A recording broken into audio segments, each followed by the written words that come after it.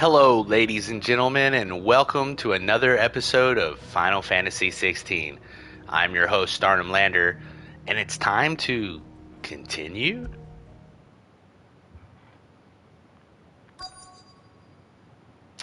Nope.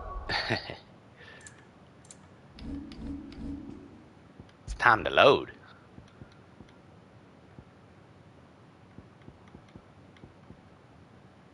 Huh. Got a lot of auto saves or something. There we go. Player save 2. Alright, guys, let's get on track. Here we are, we're back.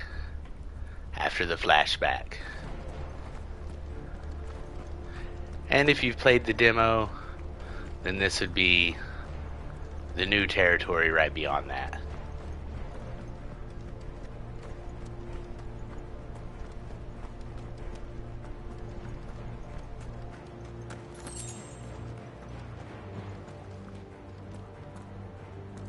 So yeah, we're back. The old trails are gone. Episode 2.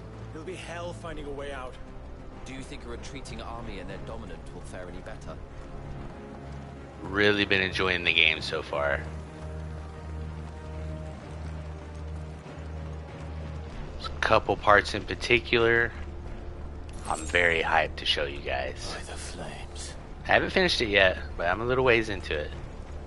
But right now, we're here for episode 2.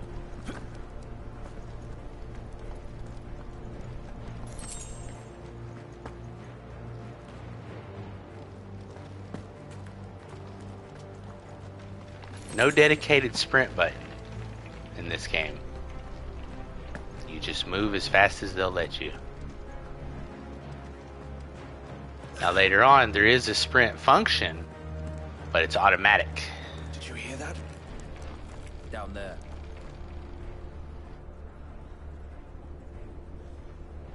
So, Titan has knocked the fight out of our Iron Blood friends. Where are the rest of them? That can't be the main host. Wait.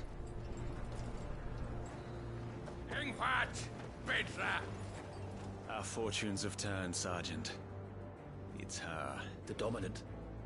Are you certain? The Crystalline Orthodox is a backwards faith for a backwards people.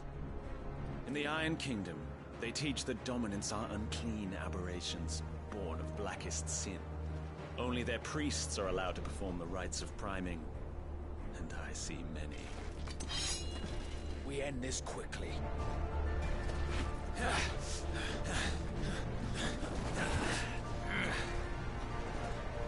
Schreischgott! Adionir Sagarid! Drach!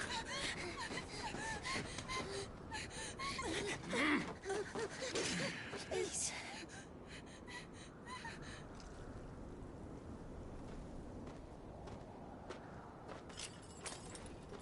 Data! Must be Eile!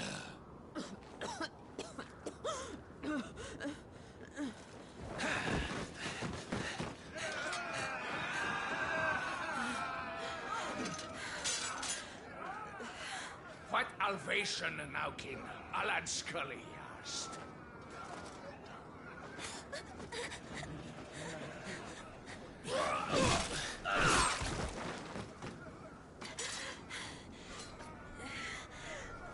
Let this be the end.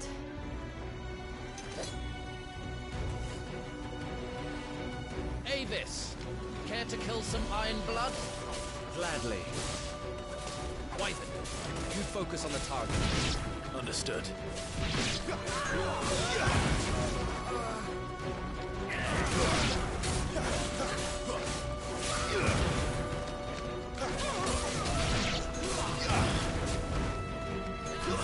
It's over.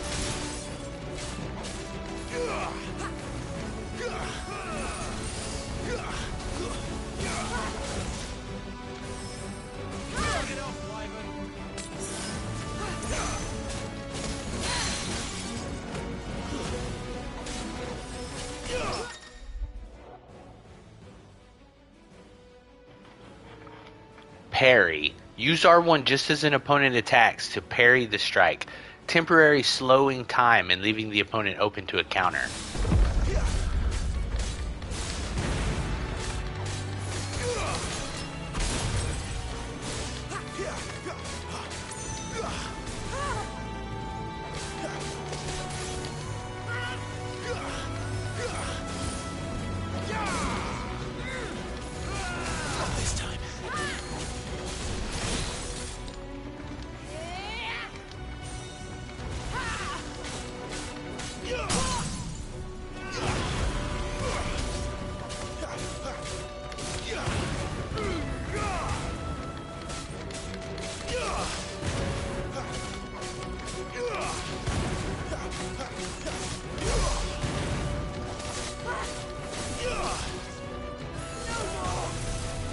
Orders, Sergeant! Stop gawping and move!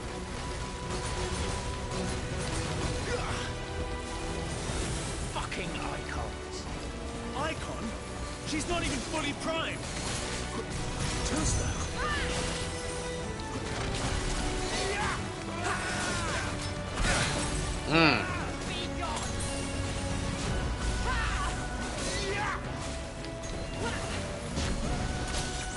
Does she look familiar? Wait and see.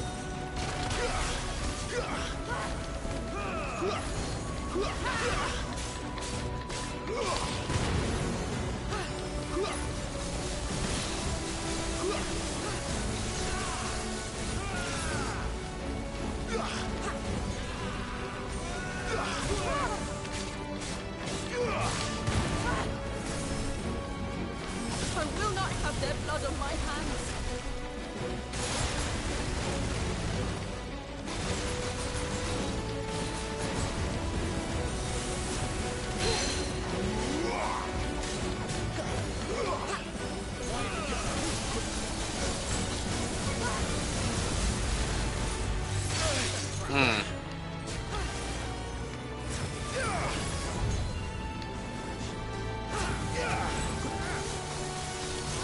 I'm using charged fireballs right now.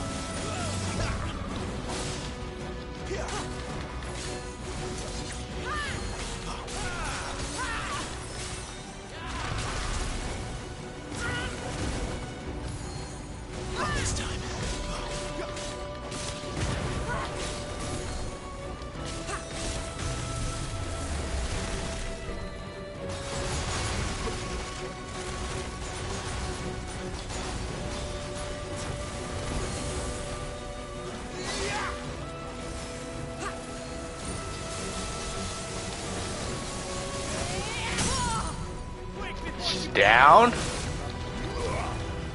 Unleash on her. Lost. There it is.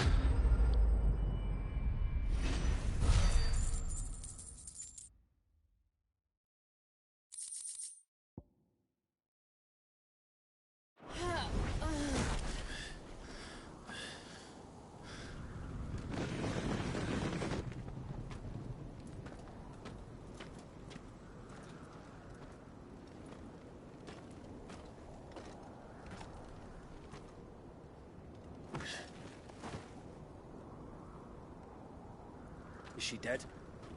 I don't think so. Well? What are you waiting for?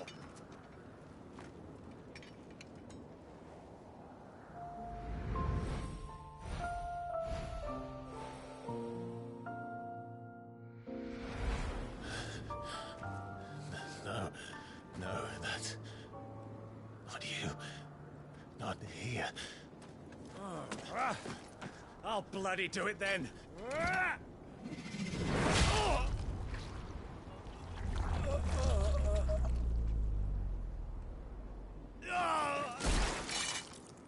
Fuck.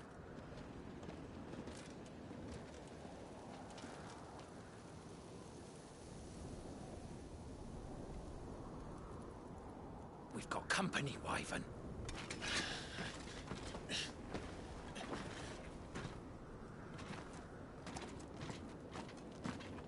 What the hell are you doing? Lord Ohida Vedra! Get your ass over here and help me with these bastards!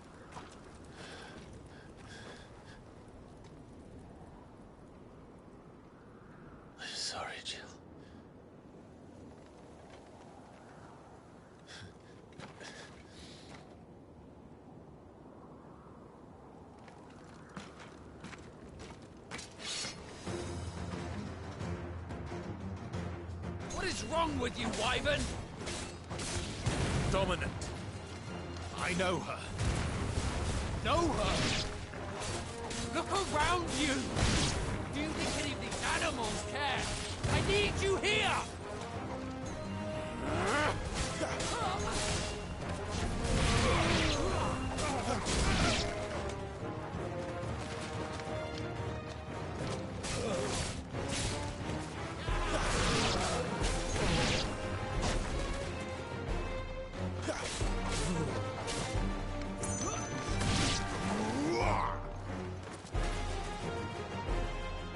Now that that's done, I won't ask you again, Wyvern. Take her head so we can be done with this. I can't. I won't.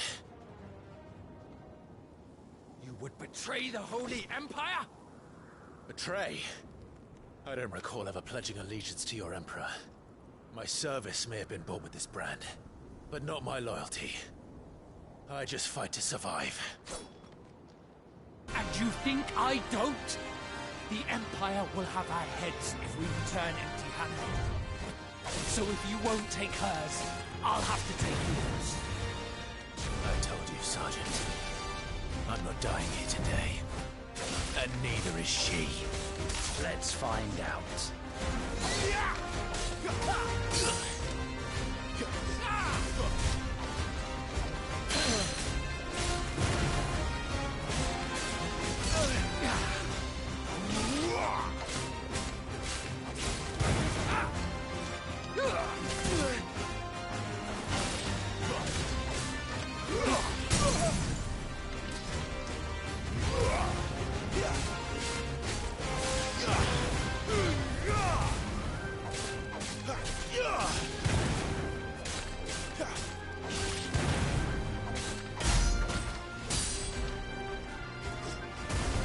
Wyvern! Have you forgotten who plucked you from the front lines? Who trained you? Who gave you a name when you had none? You speak as if we don't bear the same brand, Sergeant. I've always had a name, and I've not forgotten it. Still clinging to the past like a torn blanket. Then you will die, as you should have 13 years ago.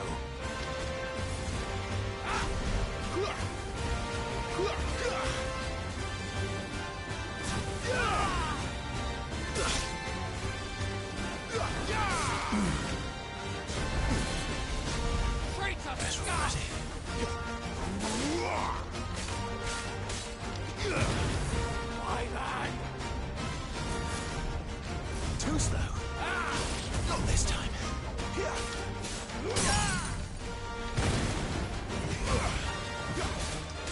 You're nothing. No one. And I will not fall by your hand.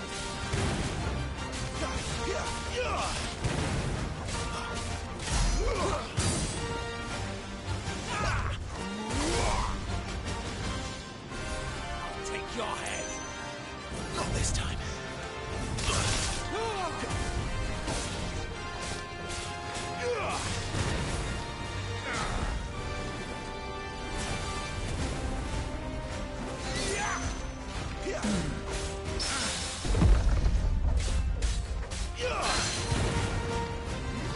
Traitor's blade.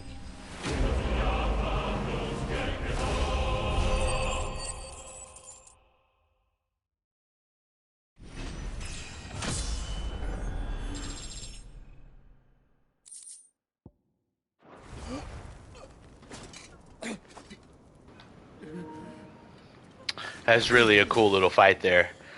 There's a lot of really cool boss fights and like one-on-one duel style battles. It's really great.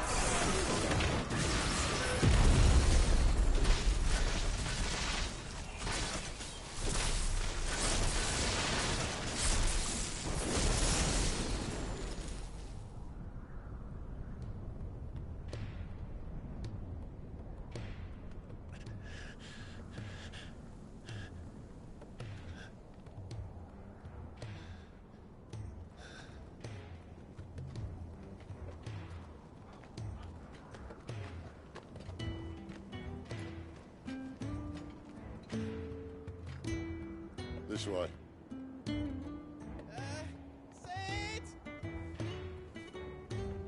Bloody wind. Well, come on then. Sid. Every Final Fantasy has to have a Sid. Fuck. Fuck.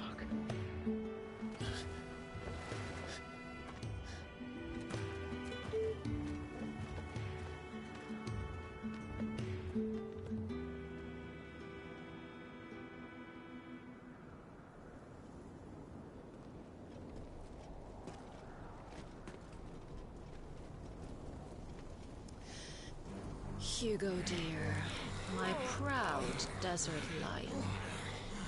Would that you had taken care when chasing the hare? I expected more from the mighty Titan.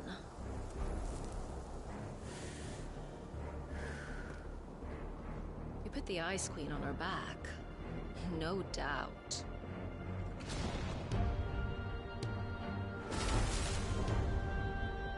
But you'll have to work harder if you're to claim this prize.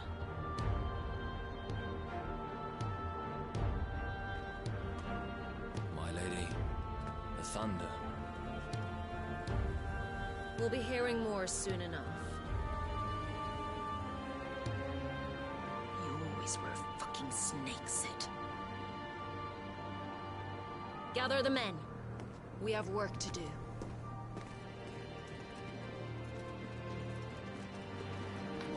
So it seems like most of the dominants know each other, right? The Titan.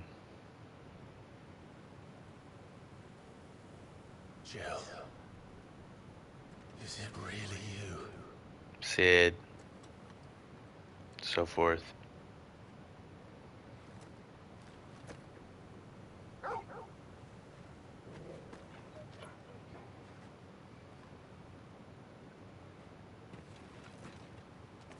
And who's this fine hound I see before me? Torgal. A fine hound who saved your life. That's who. Torgal. Hey?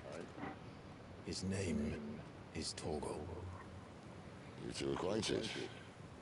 Well then, you won't mind taking him off my hands.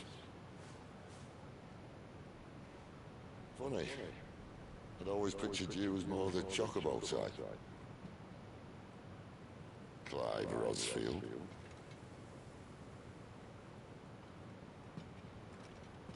Come now. Fleet as flame, fierce as a wildfire. That there was the blessing of the Phoenix. I'd heard rumors that you'd survived, but I never paid them much heed.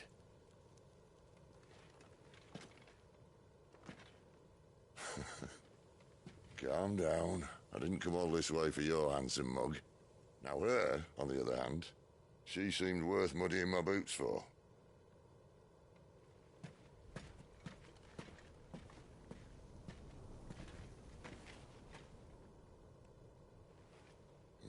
None the worse for wear. Still, might be best to get a second opinion. Back her up.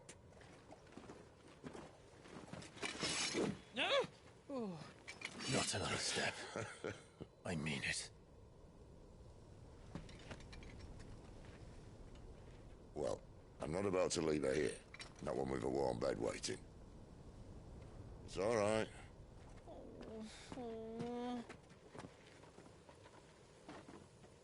You're welcome to join us. You do want to help her, don't you? Sid, if we aren't back soon, Nan'll have our heads.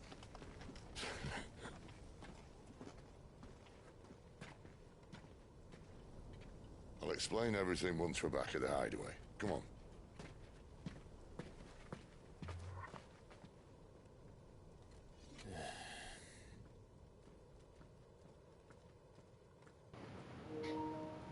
The hideaway.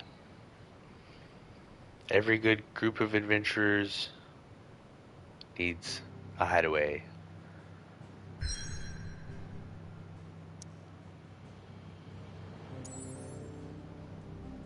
I like the map.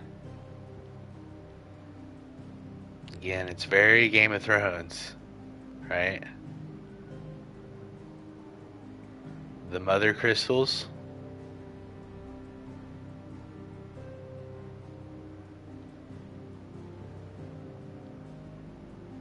Five.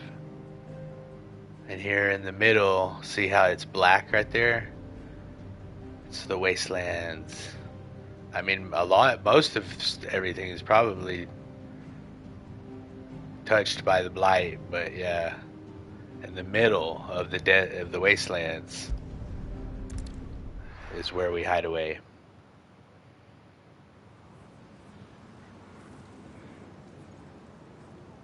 Storm is the continent that we're on. Kingdom, whatever you want to call it. Yeah, the Deadlands. Not much further now. But we're in the middle of the Deadlands. Keen eye, you. The blight sucked this place dry. Meaning no trees, no birds, and no magic. But it also means no neighbors. The last place anyone would think to look.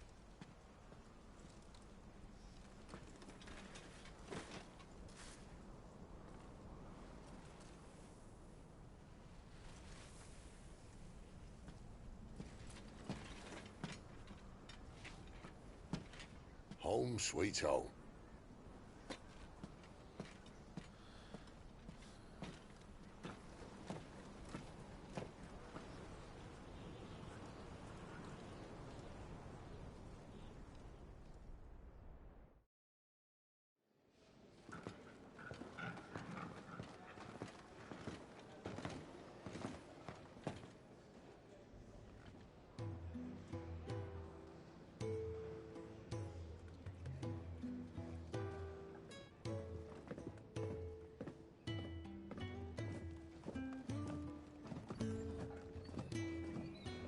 This place. These are fallen ruins. Well, we didn't think they'd mind. And it keeps the black from our lungs. But how do you survive without magic? How does anyone? Hard work and a bit of nerve. You must be starving. We grow them here, believe it or not. Suit yourself. You're back. Ah, Talia. And this is the Dominant. Out cold since we found her. I was hoping you might give her a look over. All right. Goots, get her upstairs. But none will... Don't fret about Karen. I've taken care of her fee. All of it? She's the best healer this side of the belt. You've nothing to worry about. Go on, have a look around. I'll be in my solar.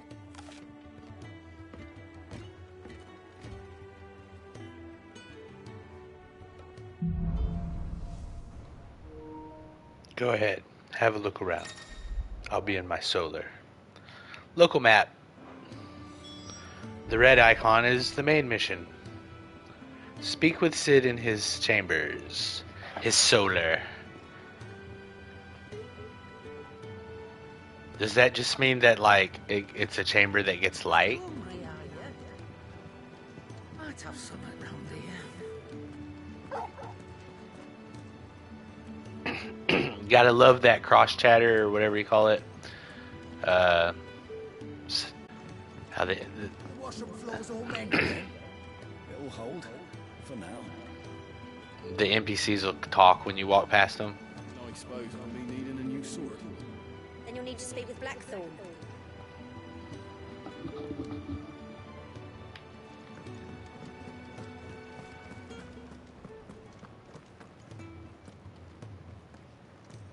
Your brand. Lady Tyre might be able to see to that. You may have been born a slave, but you're a free man now. So, he doesn't know our true identity, but you'll notice now that Clive has a brand on his face, marking. They put those marks on the face of people who are, like, conscripted into battle or war or whatever, or basically slaves. Anybody with that mark is a slave. Sid once told me The blight doesn't kill the land, it only makes her forget who she once was. She'll eventually remember her purpose. All she needs is a little reminding. So they don't really come right out and tell you all about it at the beginning, which is understandable. You know, in a world where it's commonplace, people don't talk about it in great detail. He's a soldier then. Be surprised if he wasn't. The smell of war is thick about him. But you'll notice how they're mentioning the blight, so that means the land is being corrupted and it's dying and decaying and everything, which is a common trope in these type of games. But we'll get into the why later on. And then also with the branding, like I said, it signifies someone who's a slave or whatever. But more so, what's interesting about this world of this game is that so people who are born with the ability to use magic are branded as slaves at birth. So if you're born with the ability to use magic in this world, you become a slave, and you're forced by the higher ups to, you know, do whatever they want and use your magic abilities to serve their purposes. So that's really interesting, and we'll get into that more as we go through. But I just want to kind of put that out there for context so that we know what they're talking about when they refer to the blight or branded, or they call them branded is considered derogatory. They normally call them bearers, as in brand bearers. Concerning. He's asleep right now. That's funny. I didn't try to talk to him before this part, but last time. Tomes, the old man. He's a character. See, Lank locked bearer. So until you know somebody's name, they give you a description. That's a trope in literature. So here we have the Lank locked bearer. Read. Don't let Otto know. We'll put you to work on the ledgers too.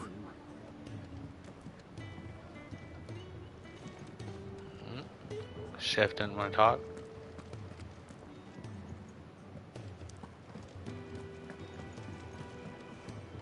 Just kind of having a look around, you know.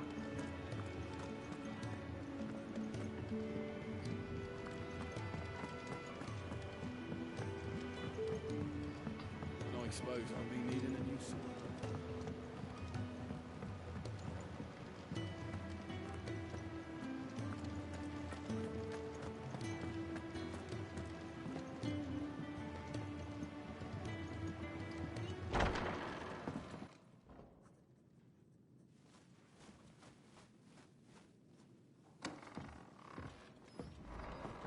Just working on a pet project of mine.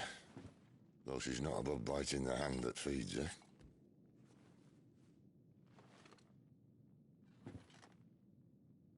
All right. I was hoping we might try and solve the mystery of poor Clive Rossfield. A bearer of the Sambrequois Imperial Army sent behind enemy lines. With orders to wait until it turned into a brawl, then slit the dominant's throat in the chaos. I didn't know it was her. How could it be? And so, to save her neck, you slit your sergeants, then set your sights on the hills. Conveniently forgetting how the Empire deals with deserters.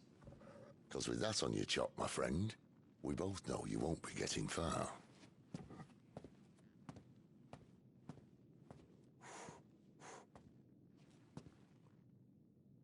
You've fallen a long way, Lord Rossfield.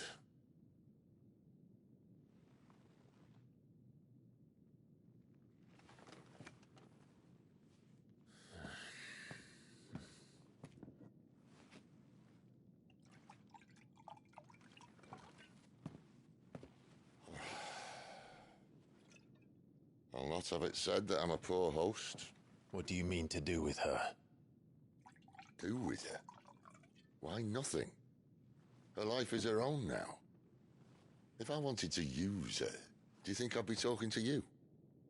All I want to do is help.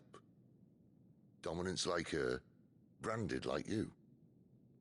Of course, the realm doesn't approve, which is why we live in a cave.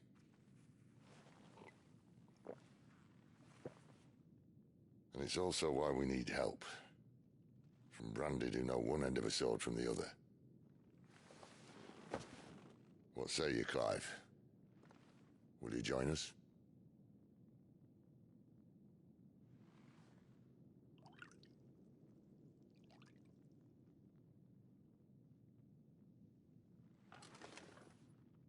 Sid, was it? I trust that you'll do right by Jill. But until my brother is avenged, I must walk my own path. Avenged?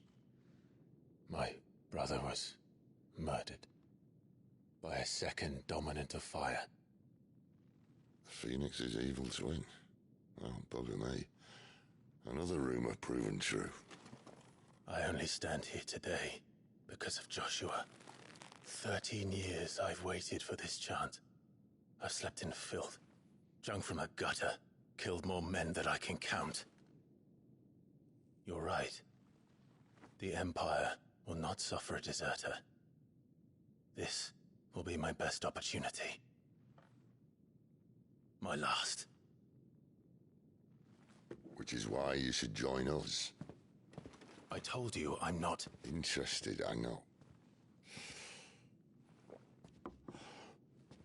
One of my scouts sent word there's a group of branded fugitives north of here, in the Imperial village of Lostwing.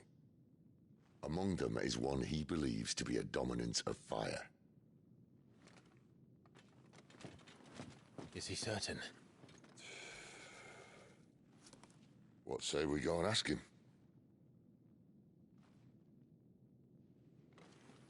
This doesn't mean I'm joining you.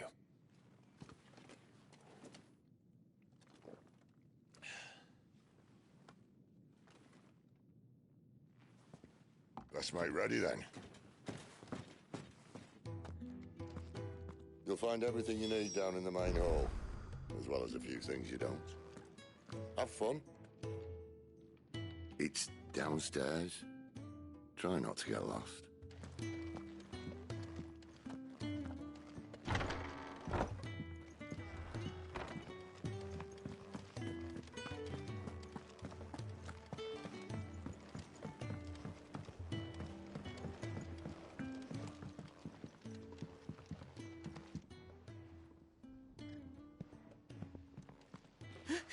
He's in... Oh no. Goots, was it? Perhaps you can help. Sid asked me to make ready for our mission. How does one go about that here? Well, there's old Nan's place. On second thoughts, you maybe want to see Blackthorn first. A blacksmith? To the forge it is, then. Oh wait, no, hold up. You'll be needing this. Blackthorn won't take no notice of you otherwise. Might not anyway.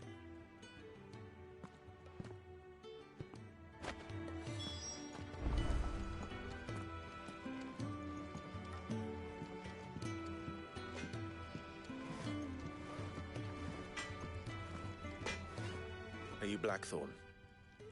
What if I am? I've no time for idle chatter. I'm not here to talk. I'll be accompanying Sid to Lostwing, and I need you to see to my equipment. You could be accompanying the goddess Krieger to a holy bedchamber for all I care. I'm not lifting a finger for you. Is that so?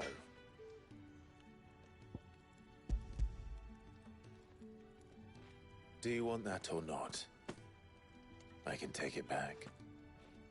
Oh, damn you, Goots. All right. No need to be hasty. It was the continental rum. The man can't say no to his drink.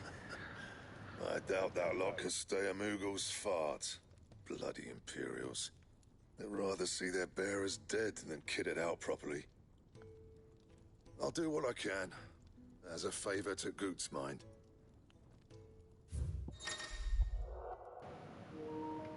Forging.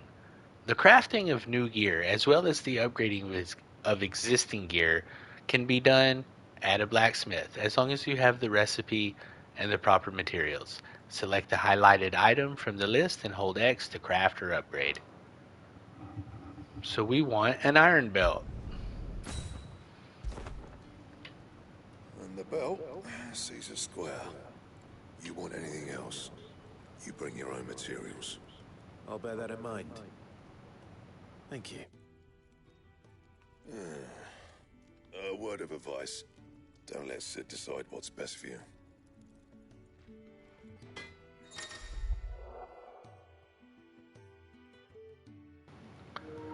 Notices.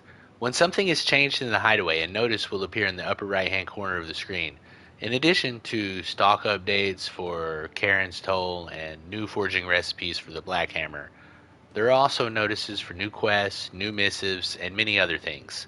An icon will also appear in-game as well as on the local map to indicate recent updates. I suppose I should think Gates.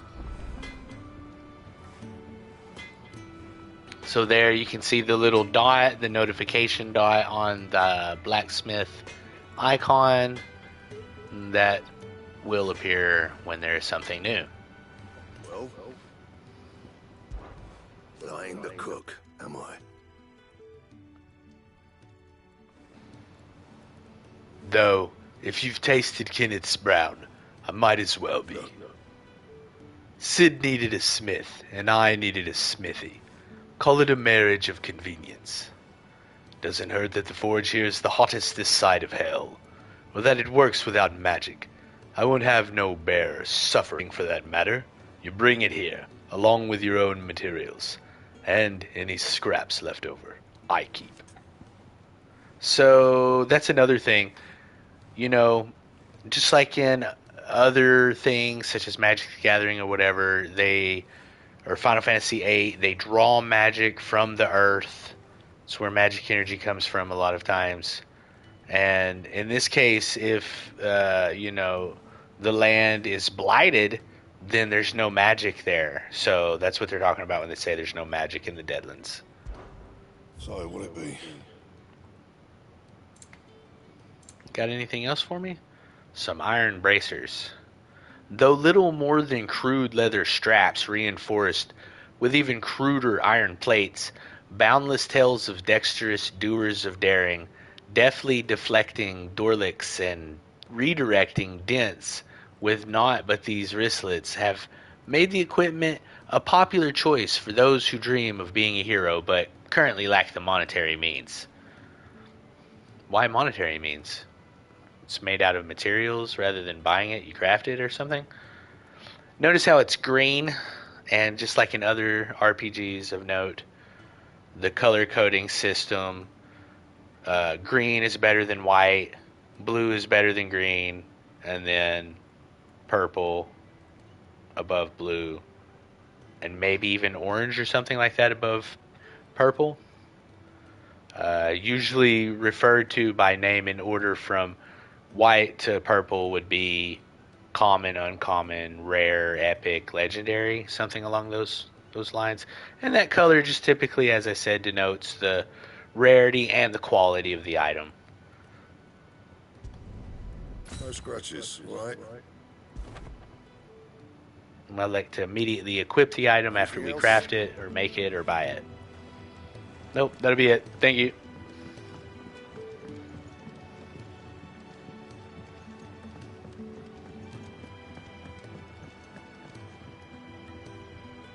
The gift worked. You have my thanks. Come on, nearly there.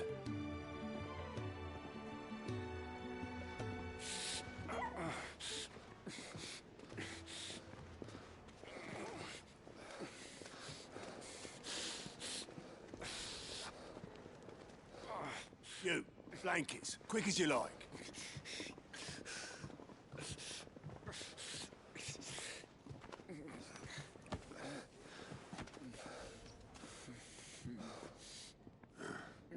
All right, we make 'em comfortable while the bed's made up.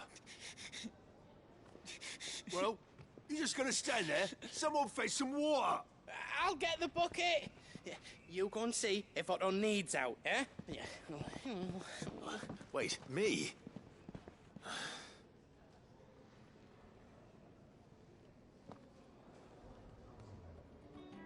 What the hell have I got myself into?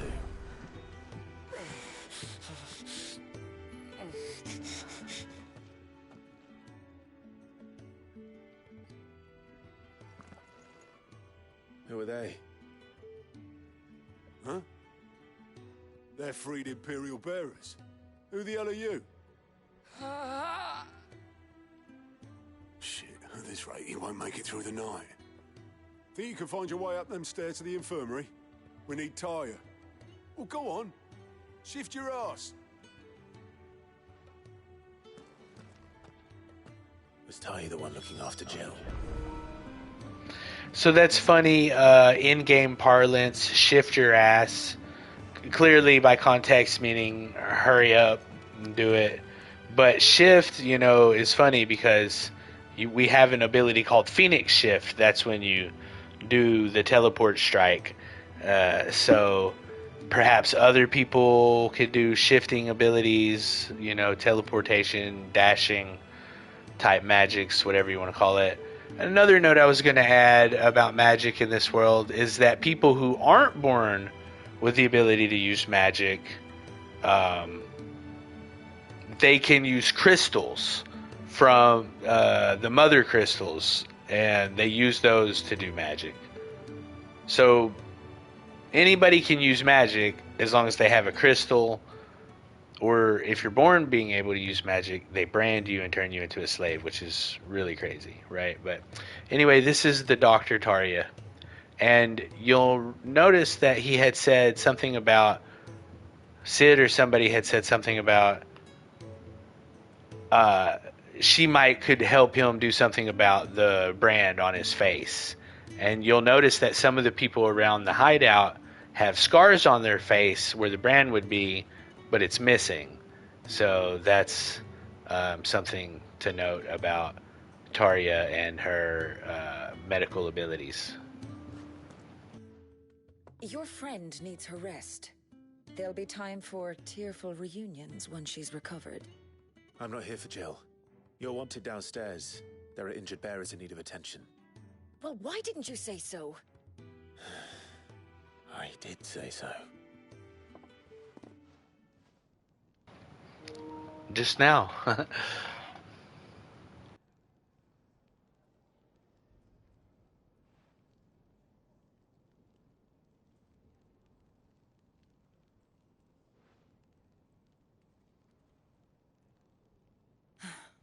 He's going to be all right.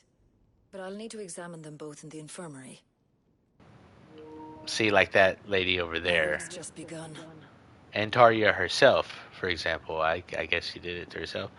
But yeah, the scars on the face representing her ability to surgically remove the brands. Another fine day at the hideaway. Do many of the bearers who come here arrive in this state? It's no easy thing, casting off your chains. By the time most pluck up the courage, they're already too far gone. These two here are the lucky ones. The name's Otto. You need anything? You ask me. Well, Otto, I do need some supplies. Do you now? Then Lady Karen over there will be more than happy to help you. Right. Oh. And thanks. We see you. Not likely. I won't be staying. Is that right? Well, for as long as you are here, consider yourself welcome. You helped us today, and we won't forget it. So Otto is the hideaway's kind of like quartermaster, you could say. Karen over here is the merchant. Quests. Keep an eye out for green icon above the heads of certain NPCs. These indicate they have a quest to offer. A list of current and completed quests can be viewed in the Journals tab in the main menu. The to-do list, after accepting a quest, will show objectives in the to-do list located on the right side of the screen. Objectives for the main scenario and up to 3 side quests can be displayed simultaneously. Any quest can be prioritized on the Journal tab in the main menu by highlighting it and pressing X. Objectives for prioritized quests will remain displayed in the to-do list until the quest is completed or another quest is given priority. Priority status for a quest can be removed by highlighting it and pressing the X button again. New hideaway features: the following hideaway facilities are now available: the 1,000 Tomes, an ever-growing compendium of all things Valisthea. The Valisthea being the kingdom that's on Storm Continent? Or no, it's the whole world, I think. Like the known world, or something like that. The Orchestrion, a personal jukebox for songs collected throughout the game, which is cool because that's the Orchestrion originally comes from Final Fantasy 14. Not, I mean, it's just a jukebox, but the look and the name, the Orchestrion, is an item in Final Fantasy 14, the online Final Fantasy. And both are located in the Hideaway's Eatery, the Fat Chocobo, great name, and can be found on the local map by pressing the touchpad button. Who are these people? So that is the thing. The Hideaway, Sid, their leader, this is a refuge for slaves, or branded as they're called, and the like, you know. This is a place for people to escape the warring states and the oppression of the oligarchies that rule them. I need supplies for my journey to Lost Wing. Otto said you could provide them. What's that?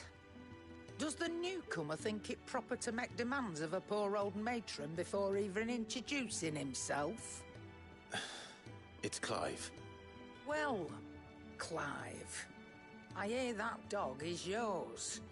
Since he followed Sid home one night, I've seen to it that his chin's rubbed and his belly fed.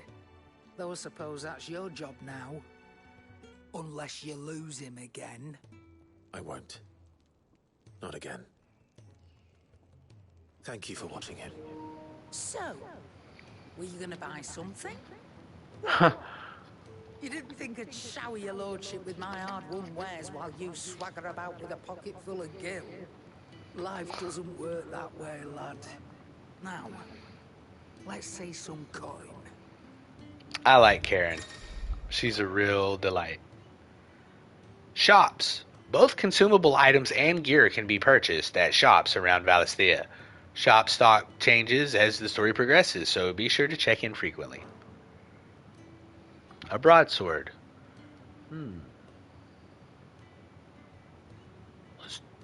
Let's get it. You're rubbing me blind, you know.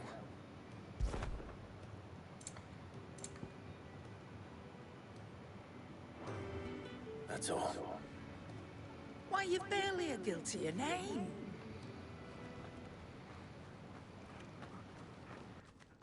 You're taking his side now.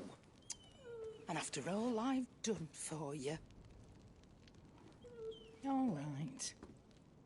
All right, I can make an exception. But just this once, mind. My stores are getting cluttered. Thank you, dog.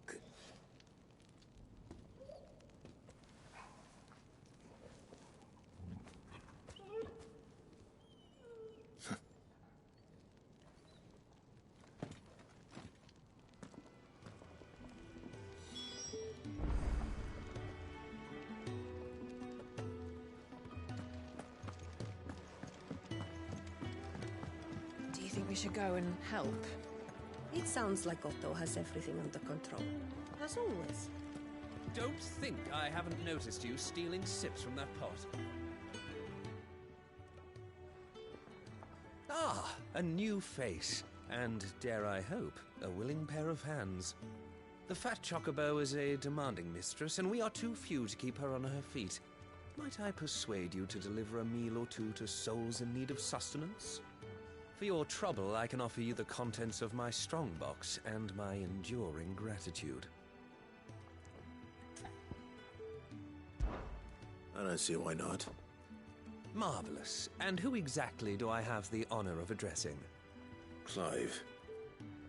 Delighted to make your acquaintance, Clive. I'm Kenneth, and mine are the weary shoulders upon which the weight of this fine establishment rests. Now, I have 3 hungry customers awaiting their victuals. Take these if you would, and be careful, they're hot.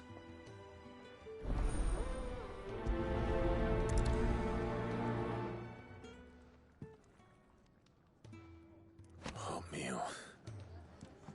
How long has it been?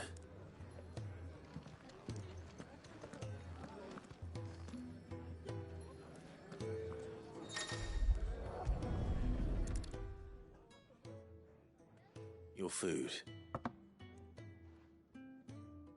I was hoping it might be. Well, doesn't this look fine? Thank you, lad. You're new, aren't you? Kenneth's running you ragged already, I expect, the old rascal. Well, he did say he'd give me something for my trouble. And so he should. We're not slaves anymore. Well met, lad, and keep up the good work.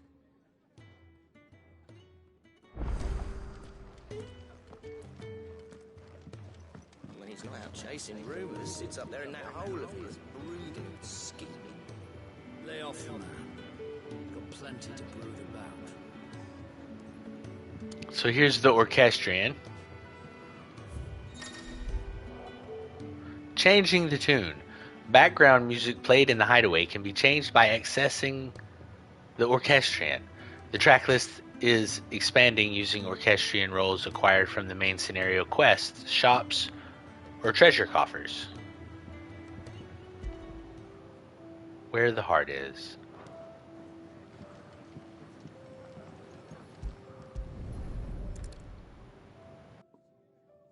Here. Oh, my thanks. I hope you do not think me lazy for waiting to be served like a lord. Only my former master did not use me kindly, you see. He left me half lame, truth be told. But Sid took me in nonetheless. Well, the hideaway is the home I never knew, and a mighty fine one at that.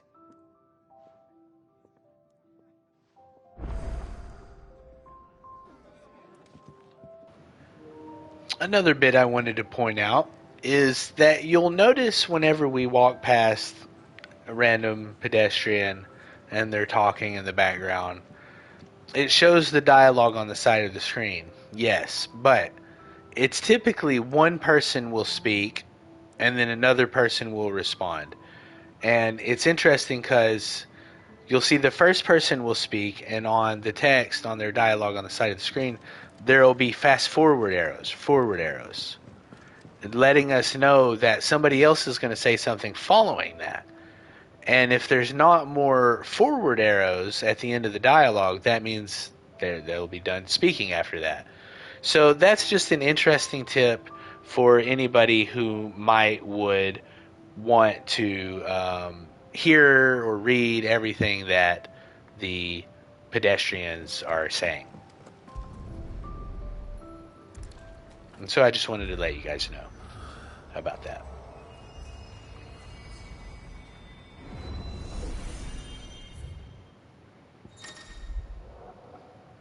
The Art Stone is now accessible. This customizable virtual battlescape provides Clive a safe location to test out new abilities and train against all manner of enemies. Additional options will become available as Clive progresses through the story.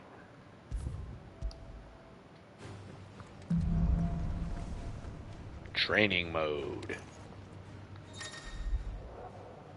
The Hall of Virtue is a fully customizable battlescape that provides Clive a safe location to test out new abilities and train against all manner of enemies. New abilities.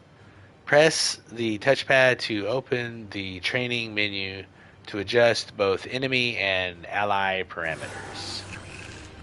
So you can lock on with L1, do your attacks, and right now it's just a goblin that just stands there, but if you use the touchpad button, you can change, you can make yourself invincible, burst timing, just a lot of toggles that you can turn on or off to for training means like I could change the enemy type that I'm training against. So now it's a weaver. Stay down. If you kill it, another one will respawn.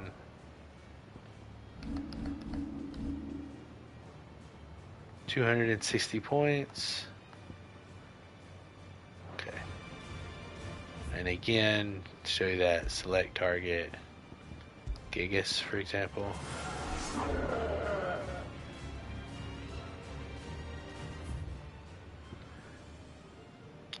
This, I think, is you can turn on the data that's being displayed on the screen. Enemies will not. You can make the enemy invincible. Yeah. So there's just some different options. There's an option somewhere. Where is it? Enemy aggro. Enemies will attack as well if you want to turn that on.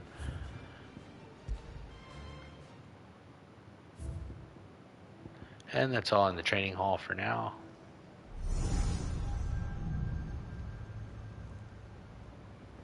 You all done?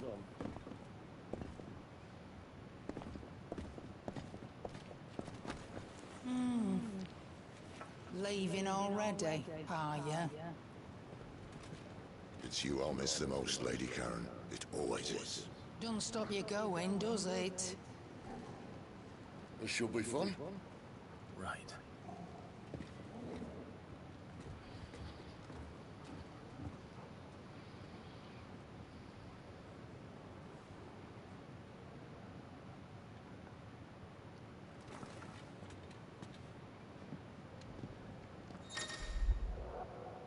Fast travel.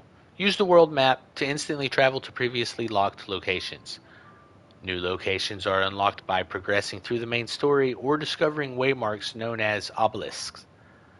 The world map will open automatically upon leaving an area, but can also be accessed at any time via the main menu. Alright, but let's not get ahead of ourselves.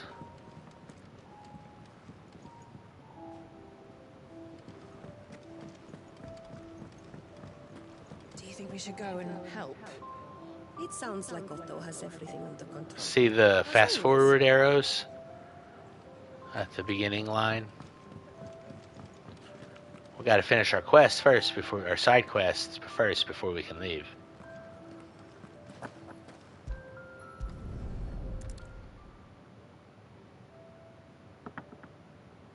Well. There's so much more to farming than just seeds and soil. Your food. Just a moment. I need to finish this. I won't be a burden. I'm of no use to anyone as I am, but maybe if I can master this. All right, but see that you eat it before it gets cold. Of course. Thank you. That's the last one. I'd better let Kenneth know.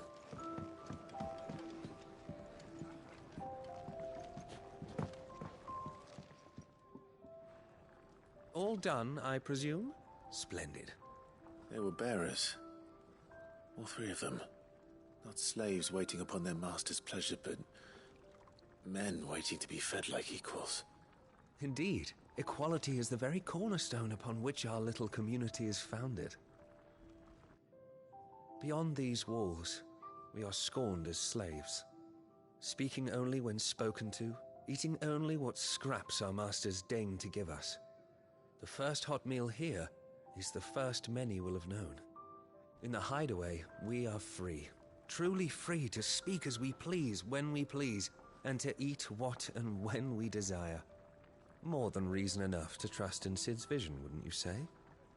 Now, I promised you something for your trouble, did I not? The contents of my strongbox are yours to do with as you will. Thank you, Clive. Do come and visit me again, won't you?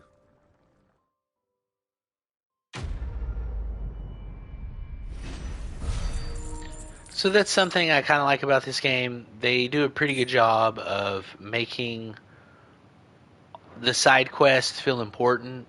Like, okay, yes, it's just take 3 bowls of food to patrons around the restaurant. To exposit story about the place, the hideaway, how things are done here, and the relationship with the bearers, you know, and the world around them, the fact that they're freed slaves, basically, and stuff like that. So I won't say they have a perfect track record, but for the most part, they try to make the side quests meaningful, you know, so it's not just random fetch quests or whatever that you're doing. Even if you are fetching something, there may be a reason for it or something of value for why you're doing it, or giving you a good reason as to why you would want to do it. So that's pretty cool, or at least using it as an opportunity to, you know, add flavor to the world around you. So that's pretty cool. Treasure coffers, on the other hand, are countless treasures that lie across the realm just waiting to be plundered. If you find one, don't hesitate to kick it open with the X button and reap the bounty. Go on. No one's looking.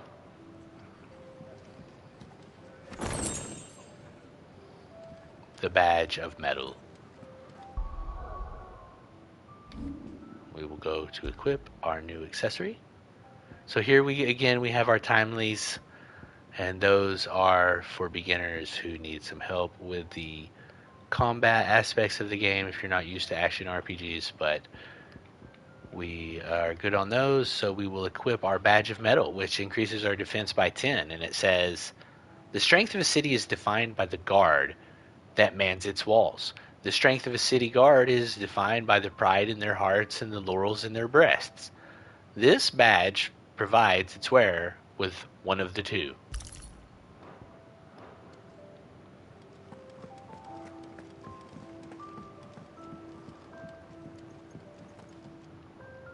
But we're still not done because there's another side quest. I heard they escaped their masters in the Imperial.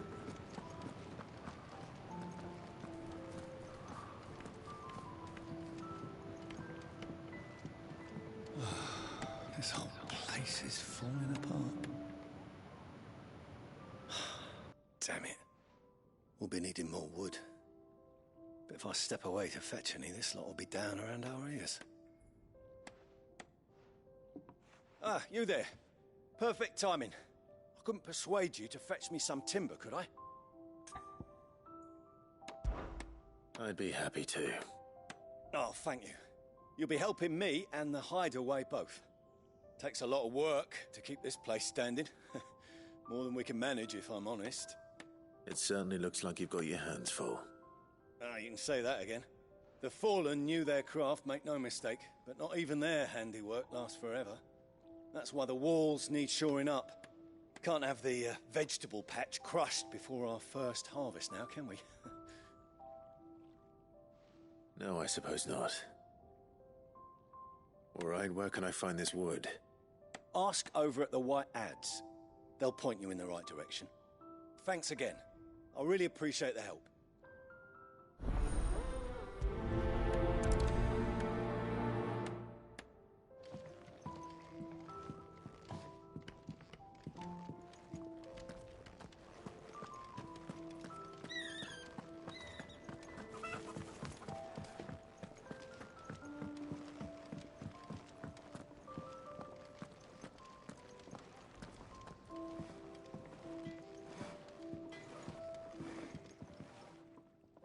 Excuse me. The man working over by the garden sent me to fetch some wood.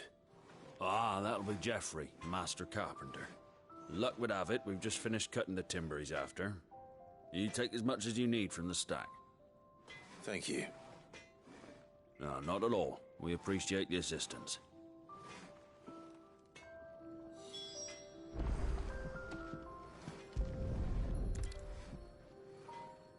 Here we are. I better get this to... Geoffrey, was it?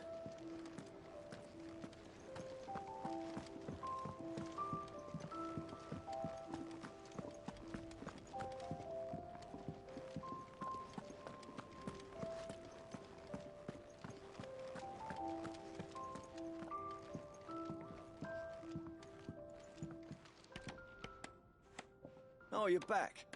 Hope fetching that wood wasn't too much trouble.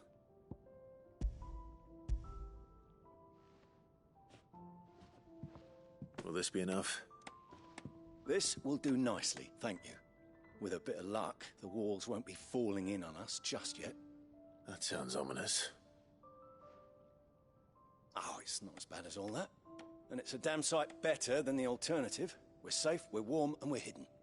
What more could we ask for? Now stop fretting and take this. You've earned it. Welcome to the fold. There's no need to... That's not a matter of need, my friend. You're one of us now.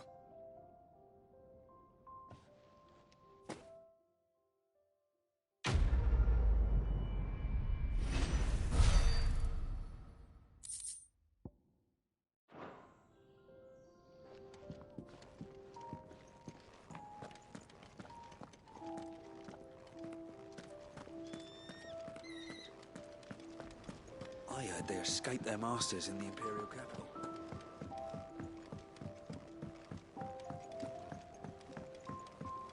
Do you think we should go and help? It sounds like Otto has everything under control. As always. Never knew dung had so many uses. Yours is not a familiar face. Are you new to the hideaway, perchance? You could say that. Well then, allow me to welcome you. I am Harpocrates II Hyperboreus. That's, Quite a name. Quite a mouthful, I know. Which is why everyone here has taken to calling me simply Tomes, on account of the company I keep. Doesn't that voice sound familiar? I'm a collector, you see. Not of bijou and baubles, but of stories. The history and culture of these isles have ever been a source of endless fascination to me. But alas, my days of wandering the realm in search of new tales are far behind me. And so I've taken to sharing that which I've gathered with all who might listen. Perhaps you would care to listen. I swear, it sounds like it's got to be that one guy that does all the nature documentaries. When I was very young... When I was very young and lived beyond these shores, my father would read to me every night from the only book we had, a history of Valisthea by Moss the Chronicler. So enchanted was I by this realm of myth and magic that when I was of age, I enlisted as a deckhand on a merchant galley that I might see it with my own eyes. Yet, when I arrived... What I found was a land of war and suffering, darkened by the blight and the evil in men's hearts. Still, I was determined to follow in the footsteps of Moss and record what I could, and so I did, in all manner of places and all manner of roles, until my aging legs could carry me no longer. Fortunately, Sid found me by the roadside, so to speak, and offered me a place here, where I might continue my studies, albeit without the wandering. I like Harpocrates, if you would like to see them, or Tomes as they call him, because he's our lore master, and as we all know, this is a dedicated lore stream, so let's get right into it. The Thousand Tomes is a comprehensive compendium of Valisthean lore covering everything from basic terms to important persons, geography, and history. New information is constantly added as Clive progresses through the story. Past active time lore entries can also be viewed here. I don't believe you've read this particular chapter before. Clive tells Harpocrates of his adventures, and Tomes updates the Tomes. Shall we consider today? So we've got a lot to go over that is very deep in the lore compendium. So let's try to get into it a little bit. Dominant. Those within whom sleep the power of an icon, though they look and think no different to any other man or woman, they can not only cast elemental magics without a crystal, but also transform themselves into beasts of world-shattering strength at any moment, a quality for which they are honored, worshipped, and feared the realm over. Icon is a magical being of godlike strength who dwells within human hosts known as dominants, only emerging when the dominant primes. History records 8 icons in total, each with a unique elemental affinity. It is commonly held that 2 icons of the same element cannot coexist, but as none has ever witnessed all of these rare creatures together, the conjecture is yet to be proven. Now, I know for anyone out there who may be wondering, like, hey, we already know some of this stuff, but the good thing about reading through all of the lore entries is that they tell you other things that you may not have picked up on yet. A bearer is a person with the power to cast magics without a crystal. In Valisthea, men and women who awaken as bearers are enslaved. As we were talking about before, I just wanted to give you a little insight into that ahead of time because they're talking about it a lot before, they really explain it. They are marked with a brand upon their cheek and are used as tools, a cheaper alternative to the scarce and precious shards. This system of slavery has persisted for centuries and has become so ingrained in Valstian life that few take pity upon the bearer's plight, seeing them as less than human. Pitiful. The Battle of Nysa was a short yet bloody clash between the Iron Republic and the Republic of Dalmatia in the year of 873. The Dalmatians, hoping to force an end to their long-running conflict with the Ironblood, had convened a council at Zernitra stronghold and entreated their Walodier allies to aid them in their cause. However, talks soon broke down, and the Dalmatians were left with no choice but to rely once more on the power of the mighty Titan, to whom they already owed a considerable debt. Thus was the stage set for a showdown between Titan and Shiva, the Ironblood's own icon, in which losses on both sides were too many to count. The Deadlands are barren wastes bereft of ether, which is another word for magic, where no life stirs and magic is all but unusable. Or I guess you could say ether is the energy that powers magic, which is like the ability of that you're casting or whatever. Here, both earth and water are stained black, preventing any seed from quickening. In recent years, the blight has spread ever more widely, displacing whole nations before it, driving once peaceful fauna to violent desperation and leaving silent devastation in its wake. Sid's hideaway is a refuge hidden in the blighted lands of Central Storm, from which Sid operates his secretive community of freed bearers. While survival in the Deadlands is widely considered impossible, a combination of near indestructible fallen ruins. Notice how fallen is capitalized here. That's another thing. The fallen are basically like an ancient civilization of people, like, Atlanteans or whatever, another common trope. Ancient people with advanced technology that have since passed away and fallen into ruin. So the fallen ruins and considerable ingenuity have led to the establishment of Safe Haven, where those who rally to their leader's cause are only just about able to eke out an albeit meager existence. Basic information, a home for bears. Oh, okay, whatever. Persons of interest, and there is a lot of them. Clive Rossfield. So thankfully we only have to go over everything once, but in this case I do want to go over everything. Now here we'll notice there's tons of back pages and stuff. I won't read all of this. We'll just go with the main one for now. An Imperial bearer turned deserter after refusing to slay the dominant of Shiva, choosing instead to turn his blade on his own sergeant. As a force of crusaders closed around him, his freedom seemed as if it would be short-lived until the timely intervention of Sid, a man who shared Clive's desire to see the dominant freed from their clutches. Together, they escaped to Sid's secret hideaway. Joshua Rossfeld, second son of the Archduke of Rosaria and heir to the ducal throne upon the night of the imperial invasion of Phoenix Gate, the shock of seeing his father slain before his disbelieving eyes led him to losing control of his icon and setting the castle alight. From the flames rose a second icon of fire, whose murderous rampage laid both the castle and the Phoenix low. Jill Warwick, dominant of Shiva and Clive's childhood friend. In the depths of the Nysa defile, the two came to blows at the orders of the armies that enslaved them. Jill fighting to defend the priests of the Iron Kingdom, and Clive obeying the Empire's orders to take the head of Shiva's dominant. Exhausted from her tilt with Titan, Jill came close to falling to her assassin's blades, but was spared at the last moment when Clive's memories of their time together came flooding back. Torgal, Clive's faithful friend. The two were separated on the night of the tragedy at Phoenix Gate, yet reunited 13 years later in the depths of the Nysa Defile. In the intervening years, Torgal not only grew into a fine hound, but, which is funny because, his father, when Torgal was a puppy, his father had said something like, oh, he'll be a fine hound someday. So that's what that's a reference to. They keep saying that.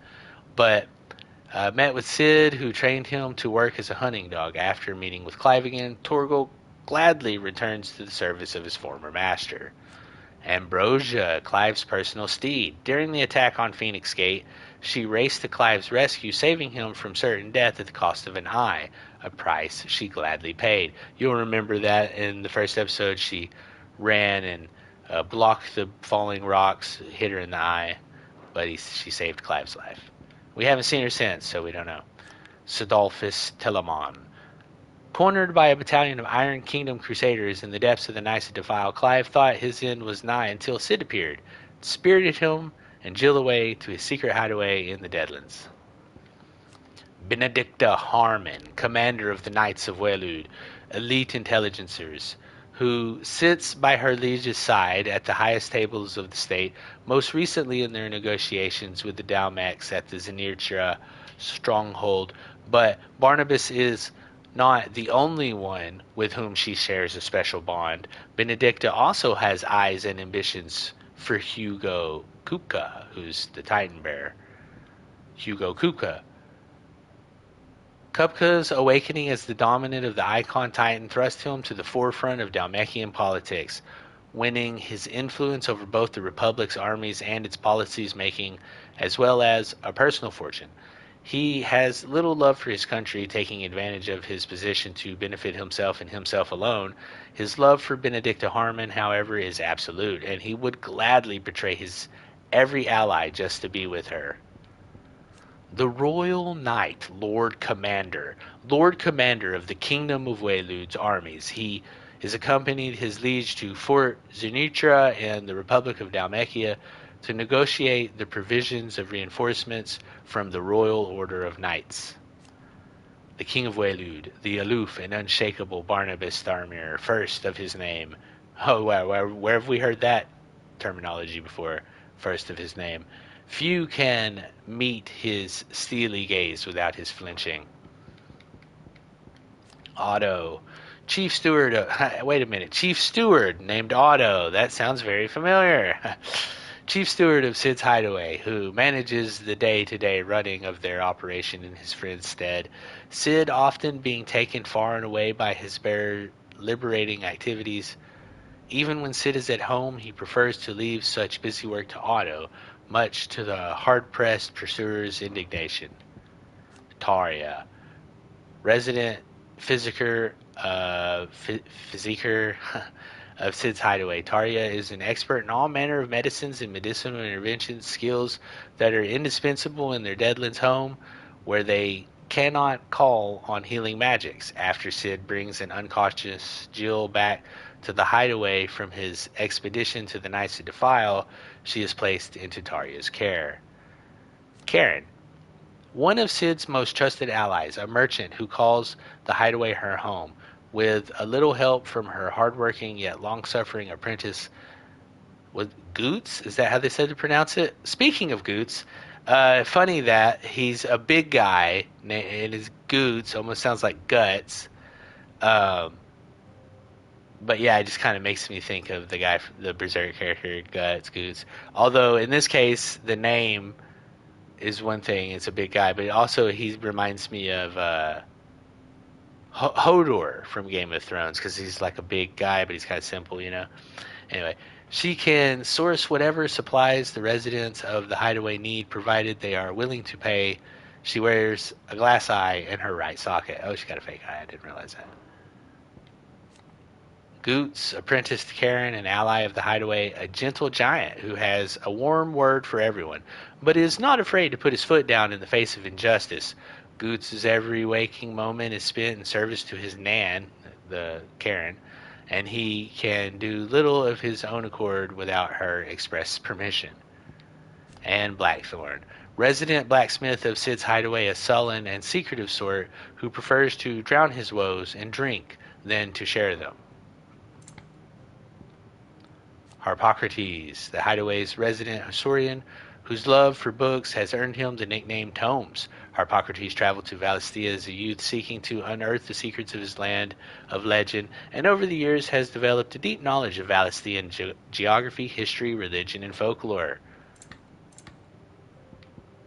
Elwyn Rossfield, late Archduke of the Grand Duchy of Rosaria and father of Clive and Joshua. Elwyn's reign ended when he was beheaded by servants of the Holy Empire of the Sandbreck in their ignoble attack on Phoenix Gate, known not only for his inspiring leadership and skill with the blade, but his disapproval of the mistreatment of bearers. So he's a good guy. His legacy lives on in all those who oppose imperial rule in what remains of Rosaria. This is probably another reason why he was killed.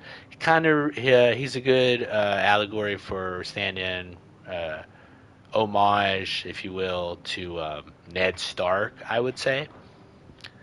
Annabella Rossfield, Duchess of Rosaria, and a real bitch, wife of Archduke Elwyn, and mother to Clive and Joshua. It was ever her purpose in life to preserve her phoenix-bearing bloodline, for which reason she betrayed her husband, that she might enter in league with a force she judged the mightier, the Holy Empire of Sandbreck. It was Annabella's treachery that led to the disaster at Phoenix Gate. Rodney Murdoch was the Lord Commander of the Rosarian army, outranked only by his firm friend Archduke Elwyn. Murdoch and his shields accompanied Elwyn to Joshua to Phoenix Gate to perform the rite of ancestral communion, only to be set upon first by Imperial infiltrators, then a second shadowy icon of fire within whose flames Murdoch was engulfed. Unfortunately, he passed away. This is Sir Wade and Sir Tyler. They were there that night, and they passed away in service to the Rossfeld. This guy's name is Tiamat. This is the commander of that army that we had to fight against. A bearer in service of the Holy Empire of Sandbreck. Tiamat, or the man who now bears the name, is the leader of the Bastards, a squadron of elite assassins. It was on a mission to take the head of Shiva's dominant and the Nysa Defile that his subordinate Wyvern, real name, so Tiamat was his code name. Real name, Clive Rossfield, that's why he's calling Clive Wyvern, before that was his code name, turned upon him and cut him down. Clive cut down Tiamat in order to save Jill. He became a traitor, and what do you call it? He became a traitor and a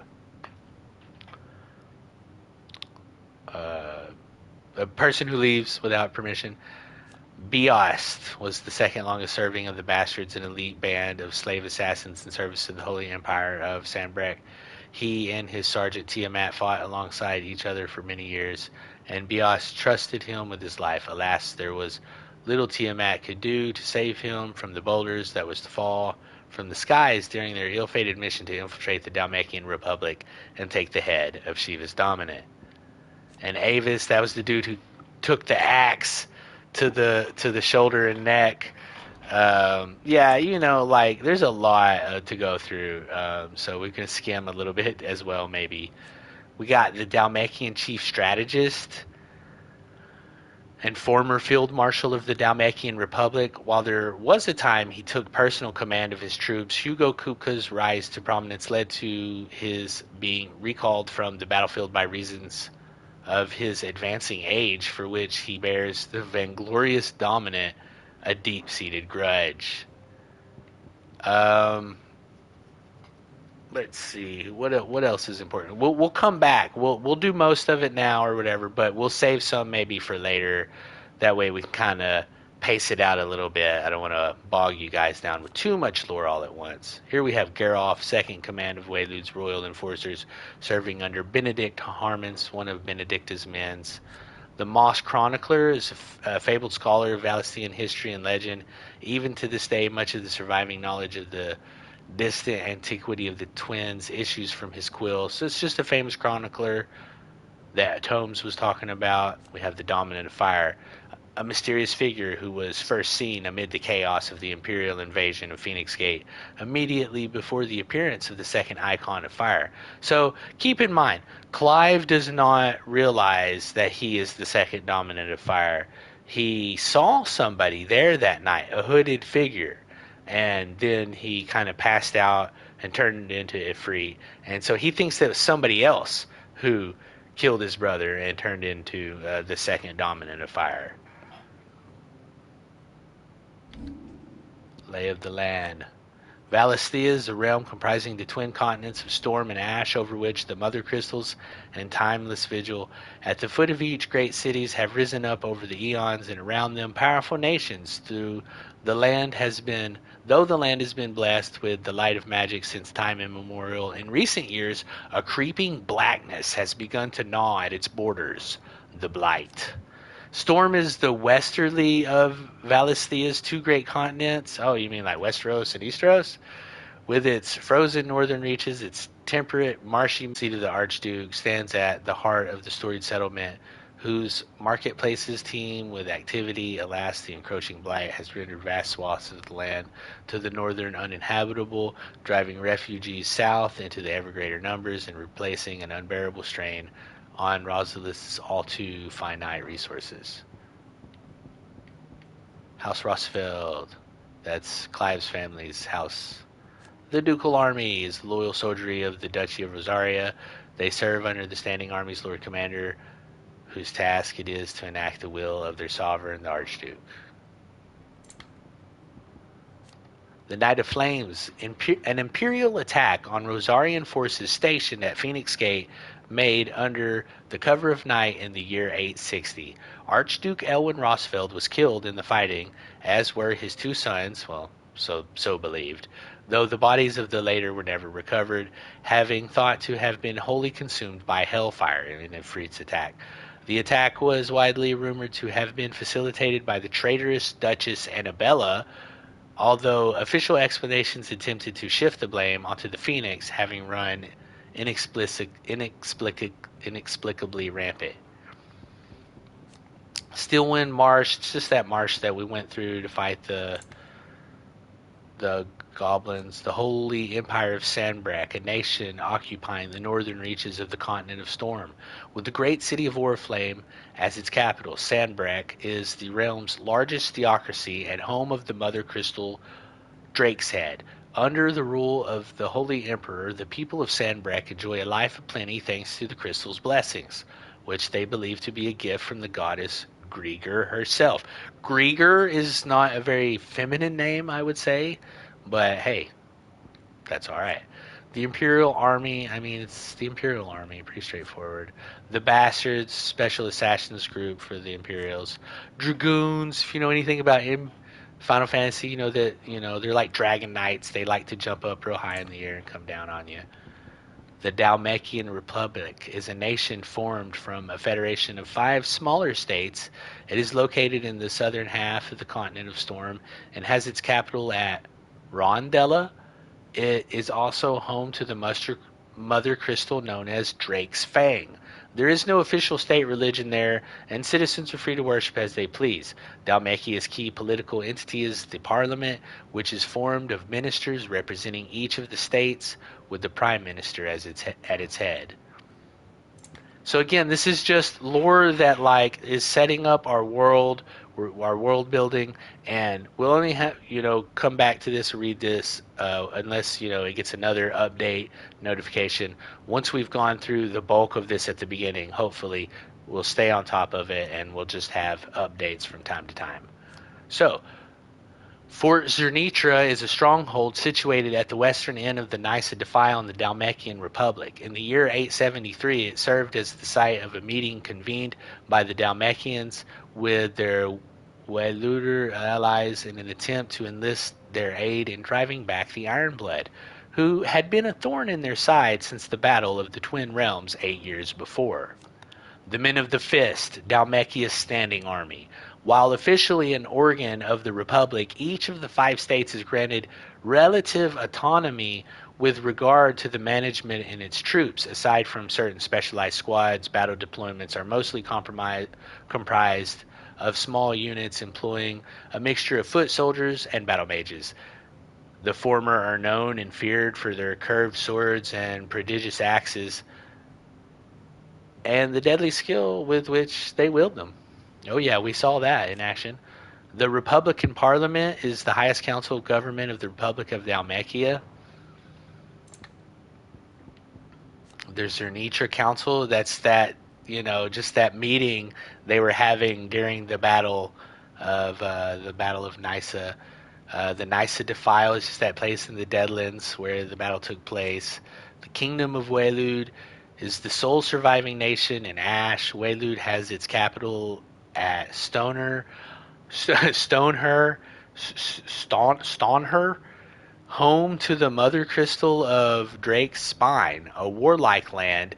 Its considerable military might serves to keep neighboring countries at bay, while Waylude does maintain a national alliance with notional alliance with the Dalmatian Republic in Southern Storm. It is very much a marriage of convenience. The Iron Crusade. The fighting forces of the Iron Kingdom. Ultimate command rests with the king, who issues orders directly to the commanders of each of his battalions. Iron Blood soldiers generally prefer heavy clubs and great axes over swords and other lighter weapons. This rather brutal approach is indicative of their overall attitude, which has earned them a reputation on the continent as savage, if somewhat primitive warriors. The Iron Kingdom is an archipelago nation situated off the west coast of Storm, with its capital at Krieg Luiste.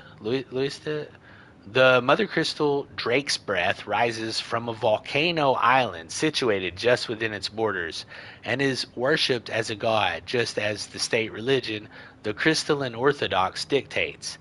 This state religion decrees the use of magic to be anathema, and the bearers and dominants who use it to be sinful aberrations, leading to even greater discrimination than suffered by their brethren on the mainland.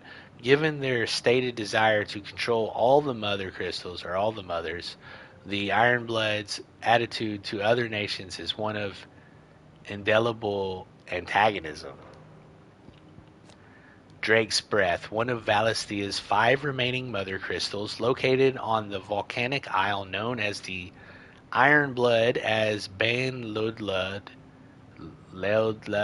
I just say it however it looks. I give it my best attempt. In the seas between Rosaria and the Iron Kingdom, though its occupation can historically be traced to the duchy, control of the crystal was recently wrested from Rosaria's grip by the Crusade following a series of bitter conflicts. So again, this game is very lore heavy. It's like it's political. It's like Game of Thrones, So hopefully you guys are here for that.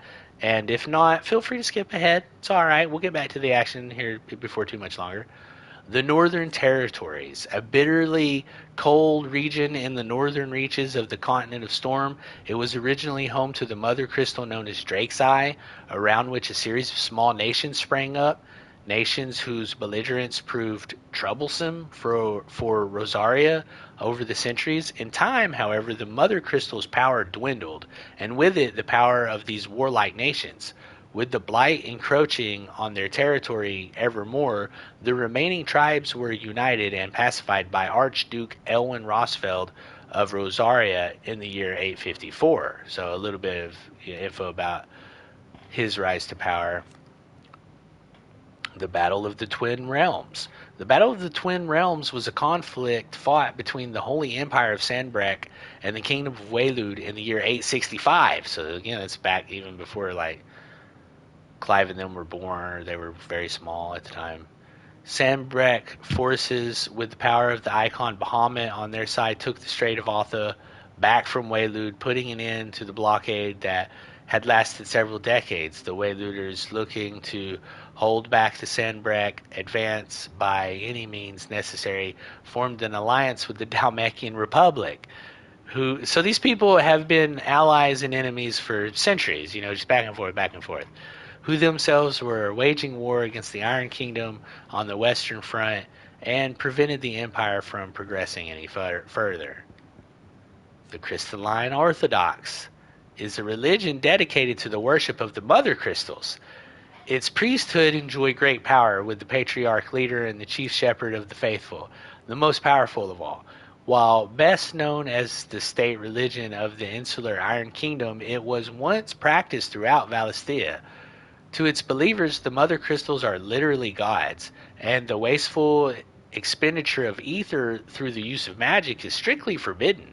As such, those who do use magic, dominance, and bearers both are seen as subhuman abominations. It's a sin to use magic in that religion. So crystals are one of the most valuable materials known to mankind, thanks to their ability to channel ambient ether from the air, allowing those without innate power to do so, to cast magic like we're talking about before. Crystal rations, shards or crystals small enough to be held in the hand, which allow those who are not bearers to cast magic. The nations of the Twins see such shards mined from the mother crystals and distributed to the populace so that every man and woman of good character, bearers, criminals, and other undesirables not included, might enjoy the gift of magic. Municipal shards is just like a big shard that are distributed to for wells and stuff like that. Forge fires, light the streets. Ether is the life force of the land and the source of all magic. First shield is just the person who protects the dominant fire. Now Clive was giving the blessing of the Phoenix. It's like some of the Phoenix power that's given to the first shield in order to protect the dominant fire. Magic, pretty straightforward. It's typically manifests elemental, fire, water, earth, ice, wind, light, and dark. Although sometimes it can be unaspected. It's just magic. Priming is when you turn into the primal or the icon. The Rosarian Nation Anthem. It's that song they were singing that night before the attack. Beastmen, just monsters like goblins and orcs and stuff. The Bard. Metia, the burning red star that sits beneath the moon. What? That little dot to the left? Folklore ascribes to Metia the role of message bearer to the moon, so it is common custom across Valisthea to wish upon the star that one's heartfelt desires might be conveyed to the heavens and beyond. The Orchestrion, we went over that. The Journal of Moss, it's just like the book that he wrote, the history book the chronicler wrote. And the Bestiary. Second icon of fire. Titan, pretty straightforward, this stuff. Phoenix, Shiva, goblins, the Gigas. As they are oft witnessed in the presence of goblins, many believe these lumbering brutes to be goblins themselves, albeit ones that have grown to prodigious size. Scholars, however, deny these claims and insist that the two tribes are independent and their relationship a symbiotic one, with the Gigas providing protection to the slighter goblins, who in turn provide the craftless giants with sundry arms and vestures such as the charnel carnets created from the bones of their victims. The spread of the blight has seen both tribes impinging on human territory with increased frequency, and recent spottings have put them as close to civilization as the three reeds in Rosaria. Yep. Aren't they pretty? Morbles. Chocobos. Stoluses? Owls capable of transmitting the thoughts of others. Oh, I did not realize that. specifically those with whom they are attuned. Okay. In response to an ancient incantation, their lithified third eyes store these thoughts in the form of ether, allowing them to be passed on as and when required, though only to the intended recipient. Stoluses are mainly kept by royals, nobles, and other figures of authority for the purposes of sending secret or urgent messages and are seldom available to common folk.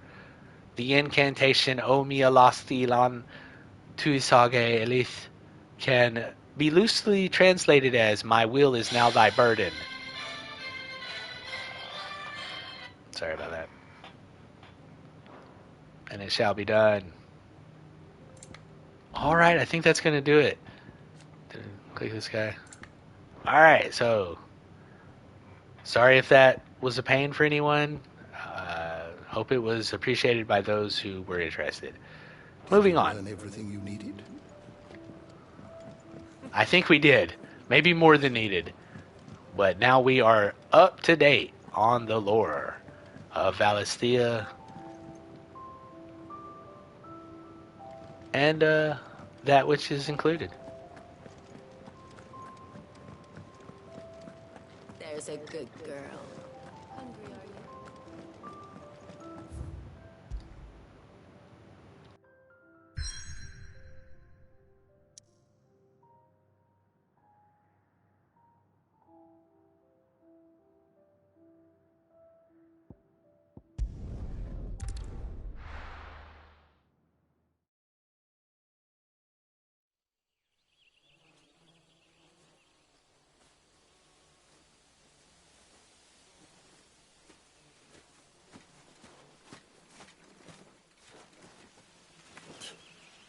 Bastard blood flies everywhere.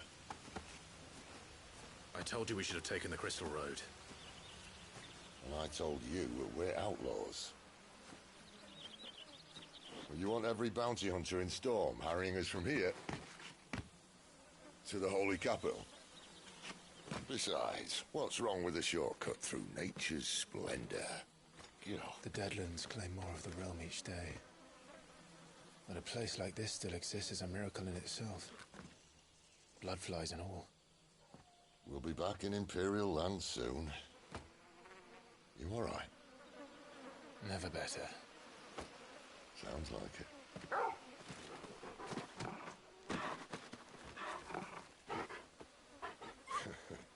That there is a fine hound. Soon took to hunting. Fearless as you like. It's good to have you back, Torgal. Now, we don't want to be caught in the forest after nightfall. I suppose not.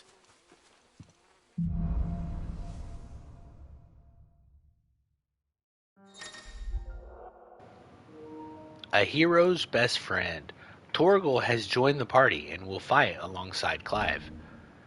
Use left to toggle between item shortcuts and pet commands. The following 3 commands are available. Sick, or attack, heal, and ravage, which launches an enemy into the air. How reassuring. You're welcome. For that and the shortcut.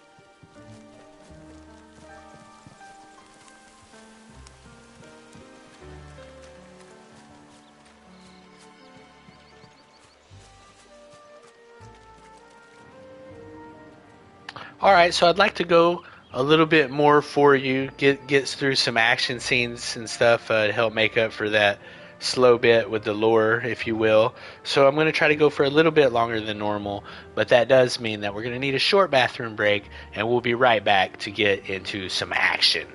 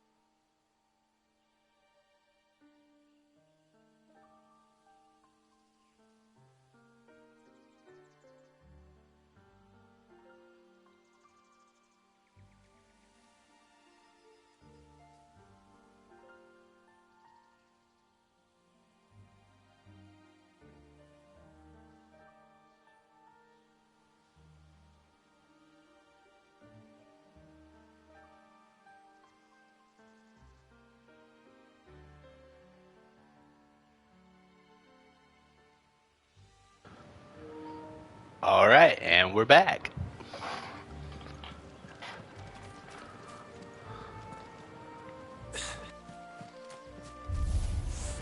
Maybe they're friendly like Torgal. Or maybe they're not.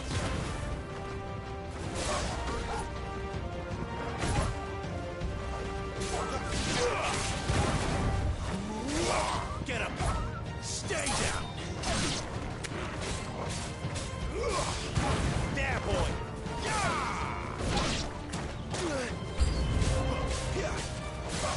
You know what to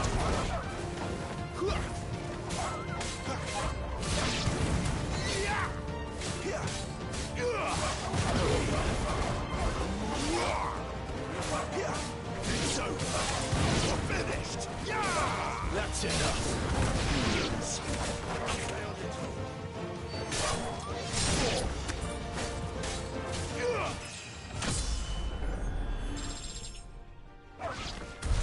We still have a way to go.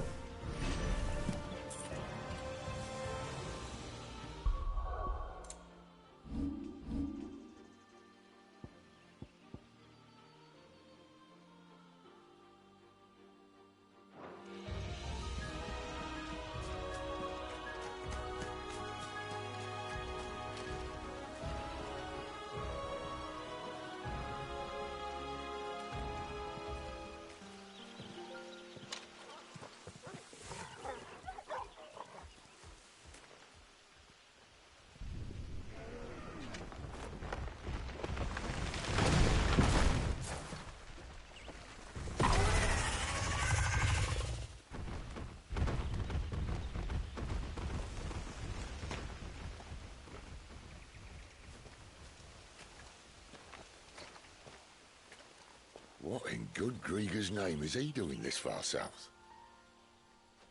Looking for food. No more wolves where he's from. The north was one of the first parts of Storm to fall to the Blight. Poor sod. I'd invite him over for a cup of tea if I didn't think he'd eat the dog.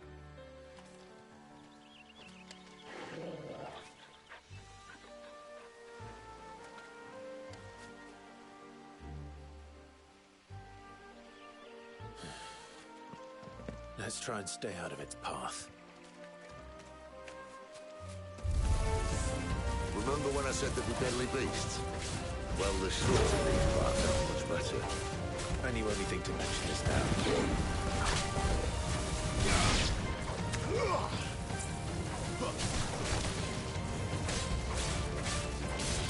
Get him! You're finished!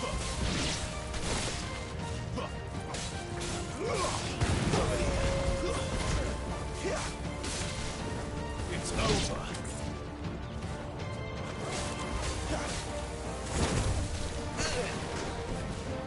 Torgal! It's over. Well, that's the undergrowth sorted. I'll take it from here.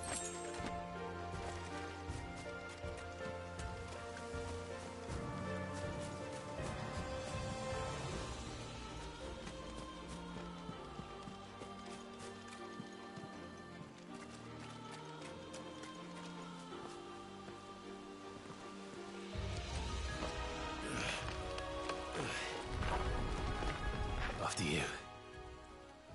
Thank you kindly. Gotta love a good squeeze hole.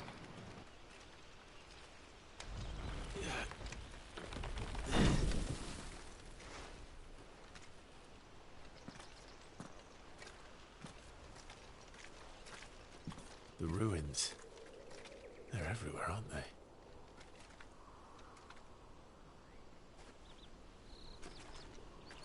Some say there was a time they blocked out the stars. Down was the only way left for them to go. There's probably a lesson to be learned from that. But it can wait. Come on.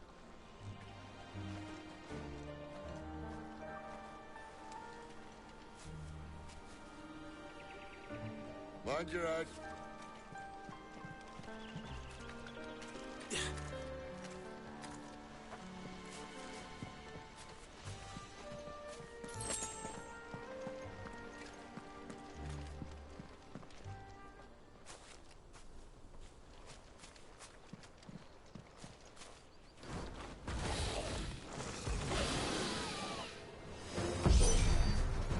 wyvern.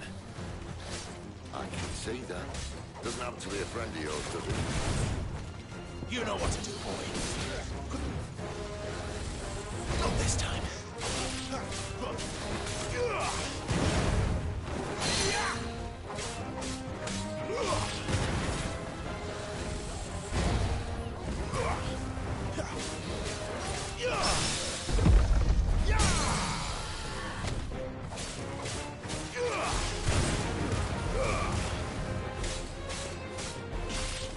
Sick of Torgal.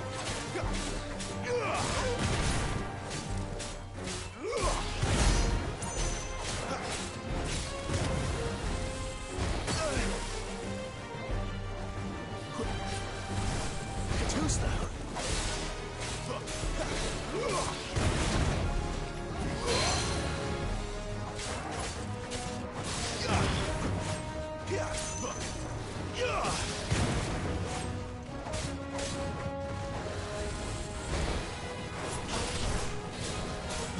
Not this time.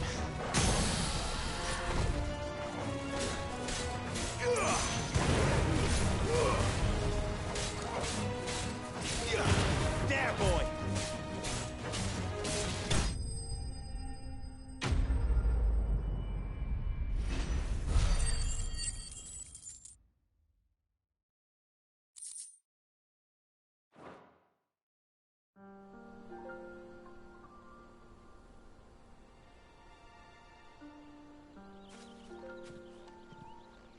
Must be a nest nearby. Keep your eyes open. Won't be going this way. I'll admit I hadn't counted on that.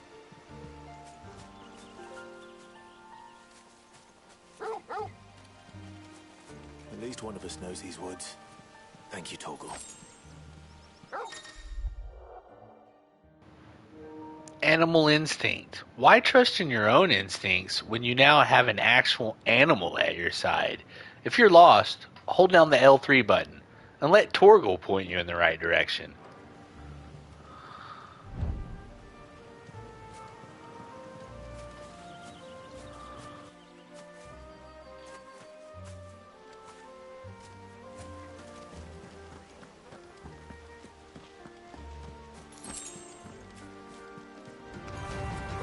Well, they look not too happy. And for once, it's not my fault.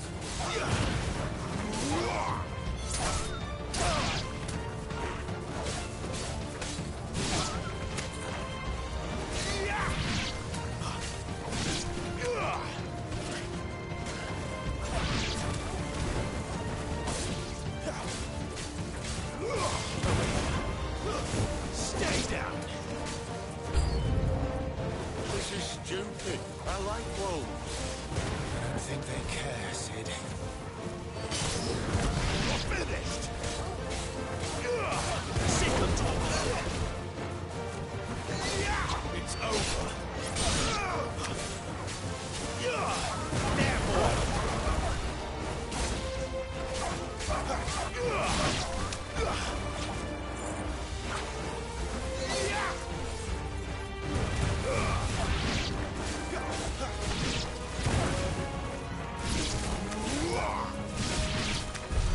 We did what had to be done. Doesn't mean I have to like it. No. No, it doesn't.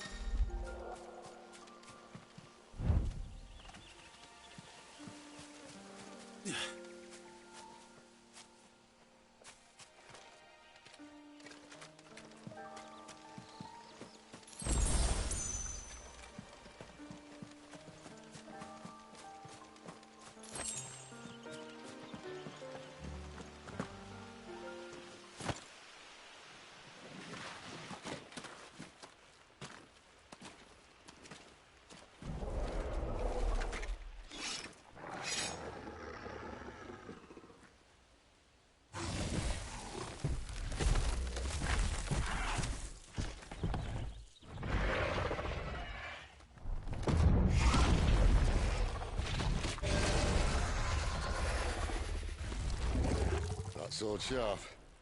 You'd better hope so.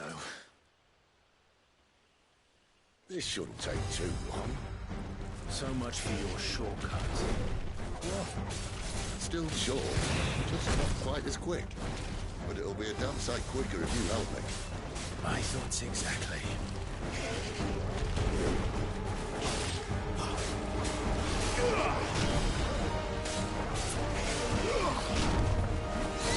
You know what to do, boy.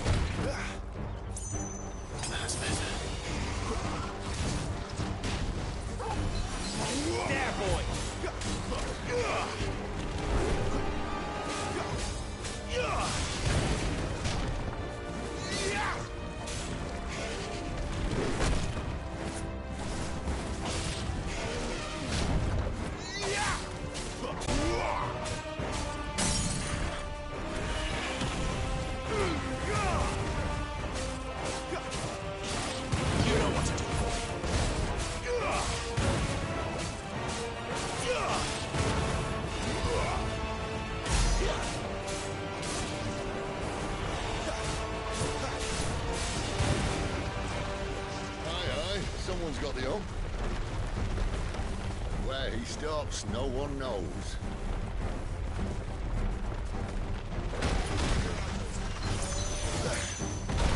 I doubt he'll do that again. Not if we kill him first.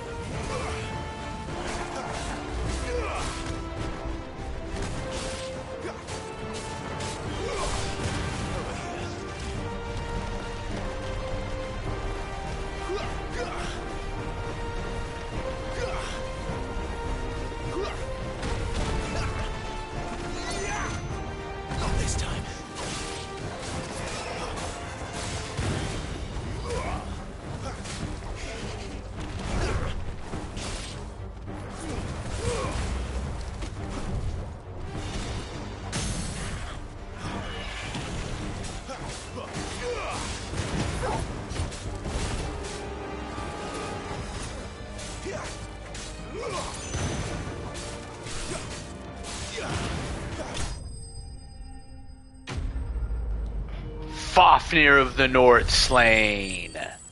Hell yeah.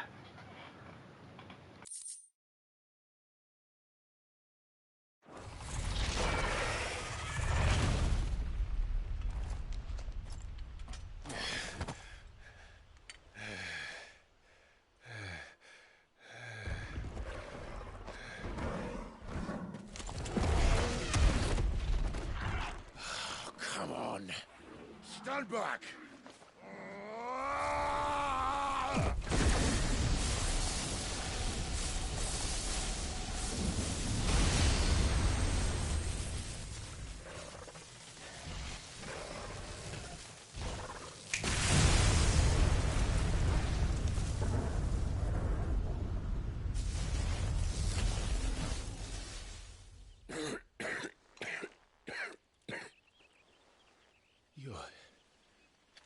You're a dominant. I am. Aye. Well, not by choice, mind. Whole bloody realm of strapping young lads. And it was this sorry sack of bones Ramu saw fit to home.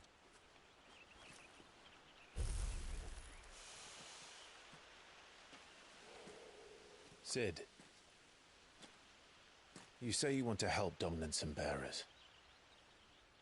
But what's in it for you? What's in it for me? The same as for all of us. What we want and deserve. Save for our knack, dominants and bearers are no different from anyone else. The ability to use magic or summon great beasts should command respect, but instead has left us outcasts. Our kind are used and discarded like tools, yet we are men, so why must we die as less? I see. So what you're saying is you want to start a war. You flatter me, lad. But my days as a firebrand are long behind me. No, I only wish to offer our kind a choice. A place where we can die on our own terms. Huh?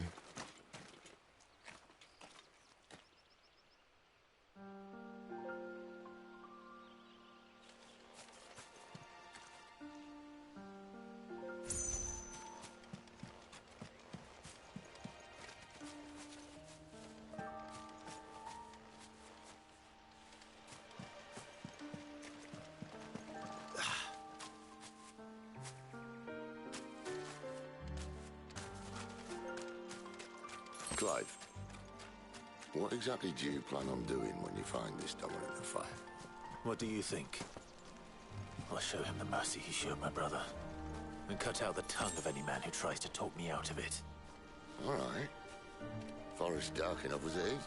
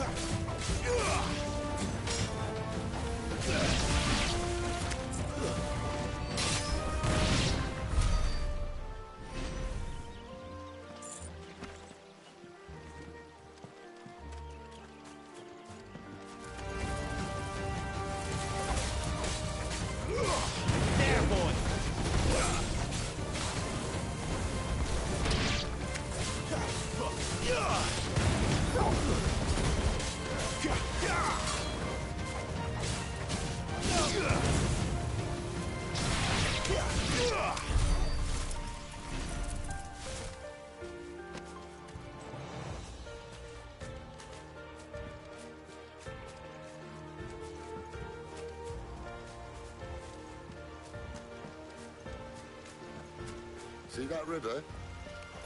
Follow her upstream and we'll be in Lost Wing in no time. In no time. Right.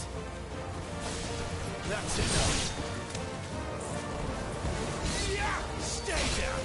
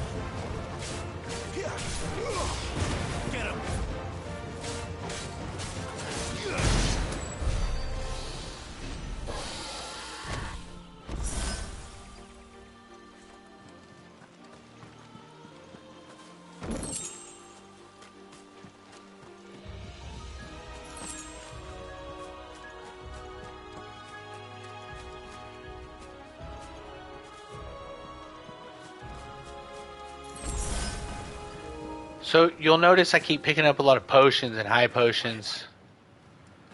It's not like other games where you stock them and have like 15, 20, 99 potions. You only get like 3 or 4. So you gotta, use them wisely, and then you'll find replacements along the way. But that was something I noticed is kind of different.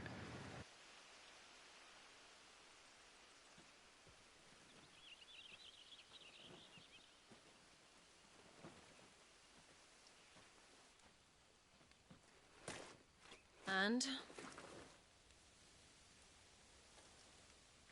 They're just down that way.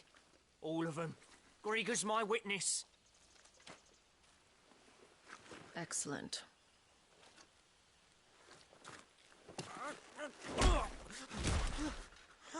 We move. I don't understand. Have I not proven loyal?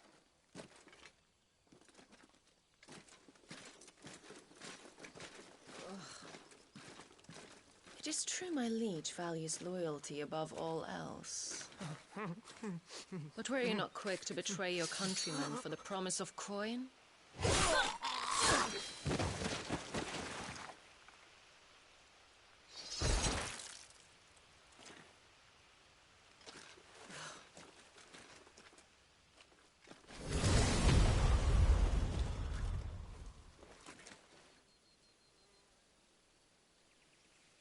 That woman. That's one way to get their attention. Commander of William's elite intelligences. She's kind of heartless. If we can capture her... You! Weapons on the ground, Imperials!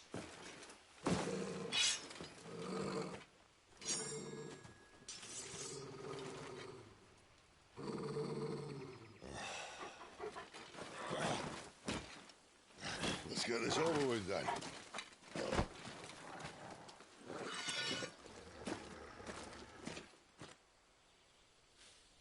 At least they're not giant lizards. Put a lady on the wind!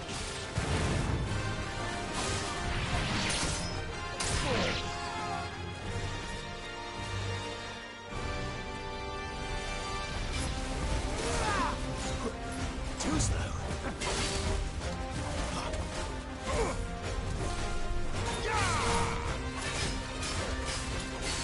Sick of Torgal.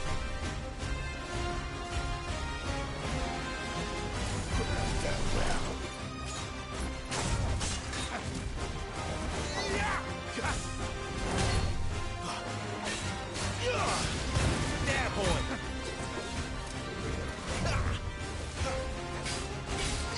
Get him.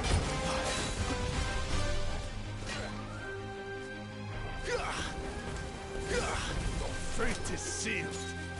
Too slow.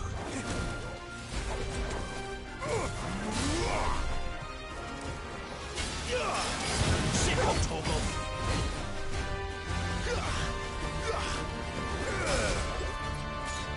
Not this time.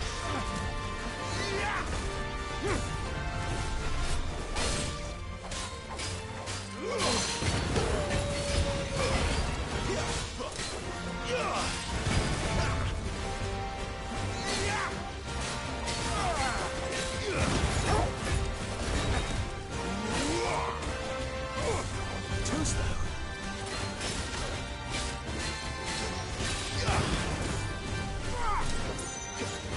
Not this time. Sick of Torgal.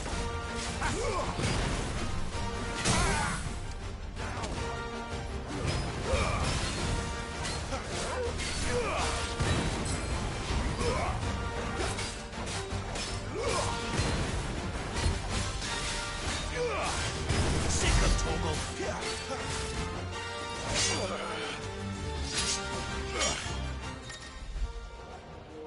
Cinematic Clash. When the screen flashes orange like this during a pivotal moment in battle, repeatedly tap the R1 button to either press or fend off the attack.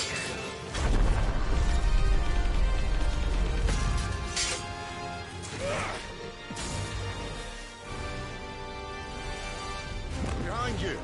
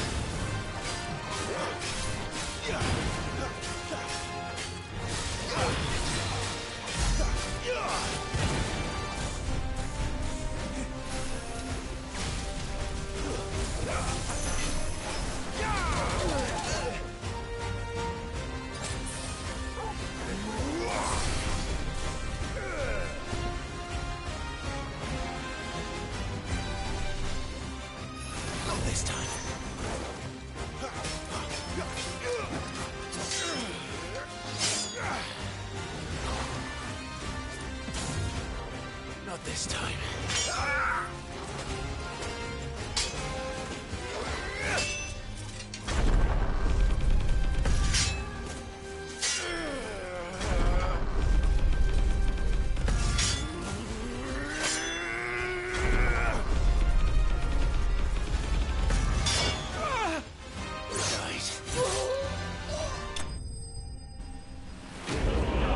Midnight Raven slain.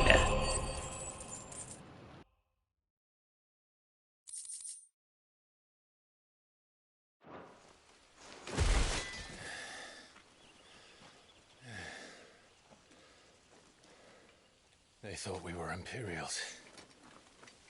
Well, you do look the part. Though you fight like a true shield of Rosaria. And one blessed by the Phoenix at that.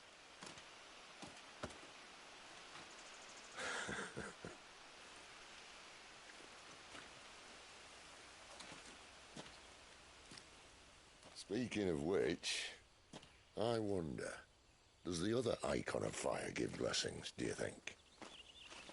You don't believe me?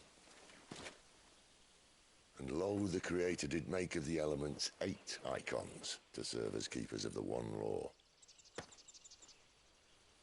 Not that I've ever set too much store by holy doctrine, but on that point, it's clear. Fire has always had just the one warden, as of all the rest. A new one can't be born until the previous dies, and even that can take years.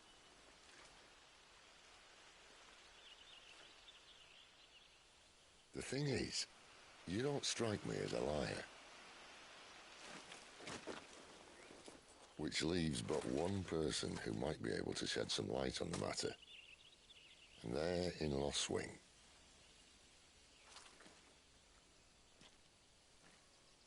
As are our Waluda friends, I would imagine. We should hurry before it gets dark. But what if someone discovers the bodies? Well, and they'll be sorely disappointed.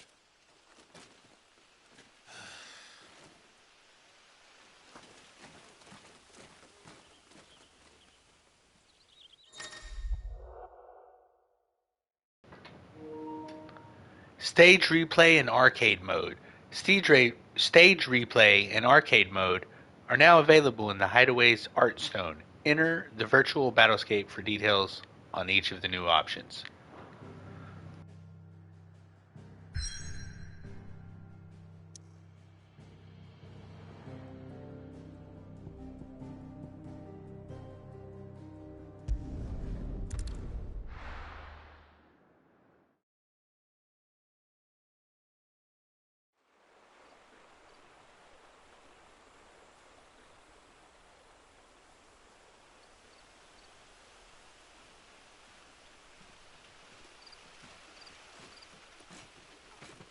So much for arriving before sunset.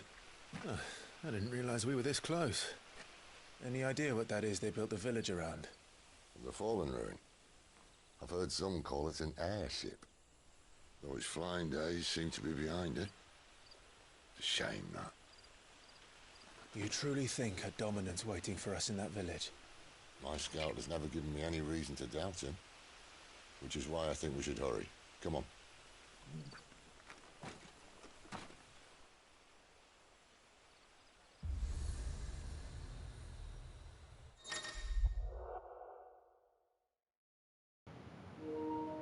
Obelisks. Attuning with an obelisk allows Clive to travel quickly to the location via the world map and local map. Clive need only approach an obelisk to attune with it.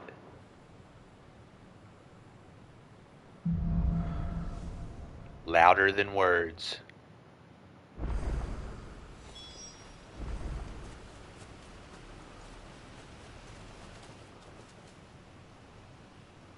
This isn't the first time I've seen one of these. Perhaps I can use them as waymarks.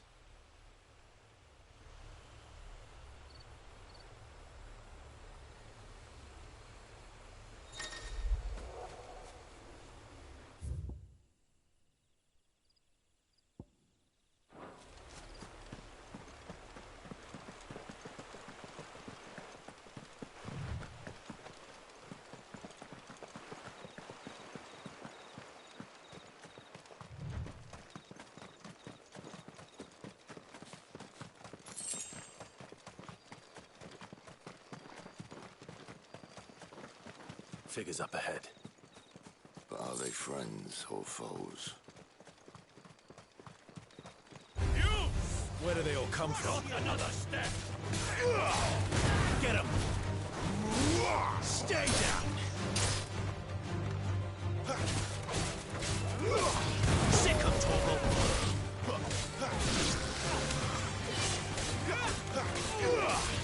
Get him!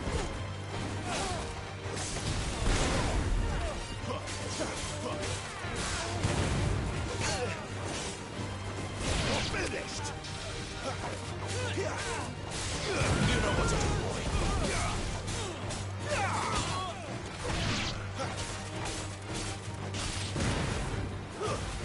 Stay down!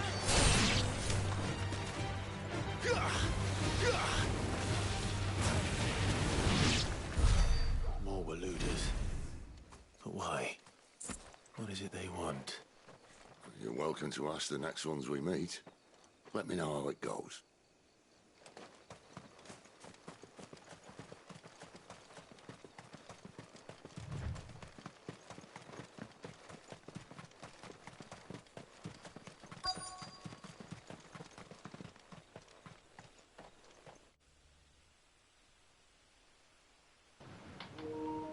Lost Wing.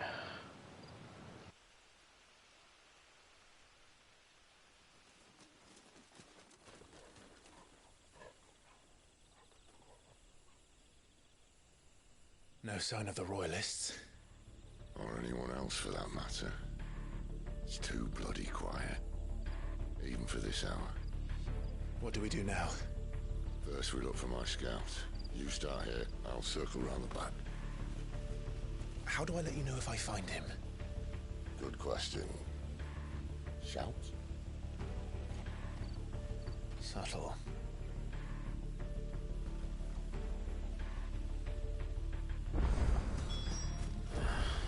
I don't even know what he looks like. The village can't be completely abandoned, can it?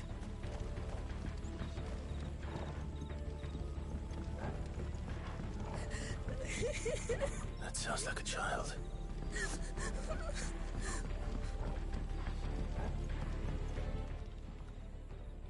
It's all right. I'm not one of them. My friend and I, we're with the Imperial Army. And we've come to help. Do you know where your parents are?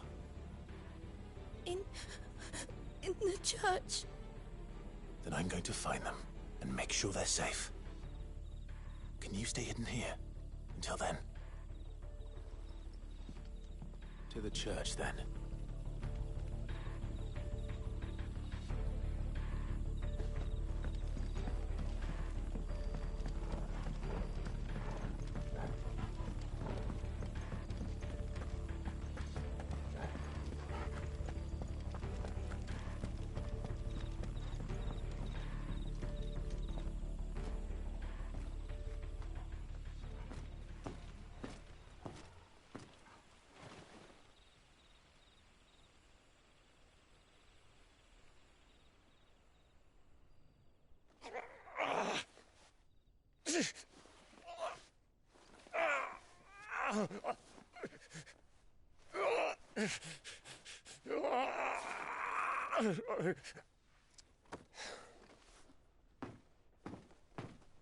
This man's gonna die if we don't get into a healer. Enough of your barking, dog!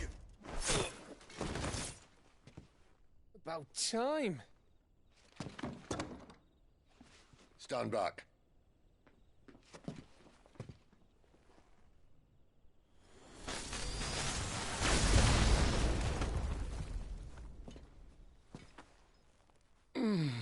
Who the hell are you? Clive! Thought you weren't coming. You still alive, Gav? Barely. Been doing what I can for the villagers, but... I thought you were joking. It's all right. He's with me. Is this everyone? No, there were others. A pair of royalists came for the bearers just before you arrived. Was a dominant among them? Maybe. It's not like he was holding a sign.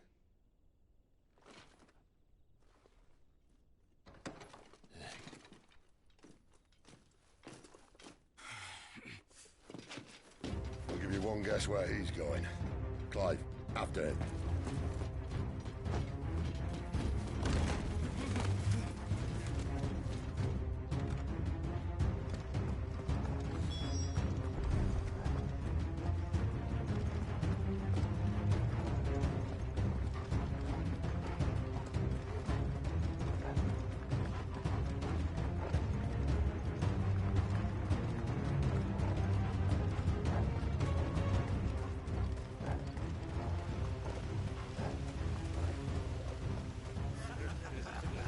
Any word from the scouts?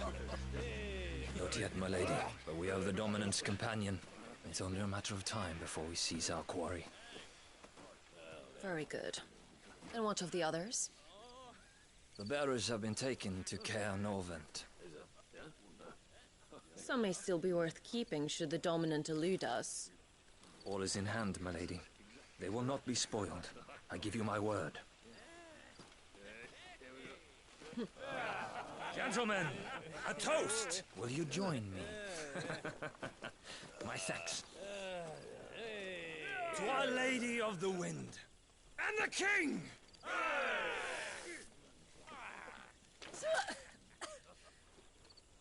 Ugh.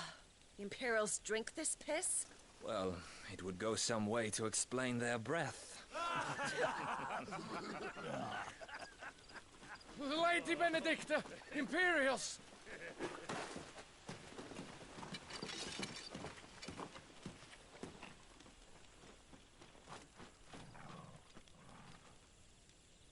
And instead of killing them, you lead the rats straight to us. Mercy!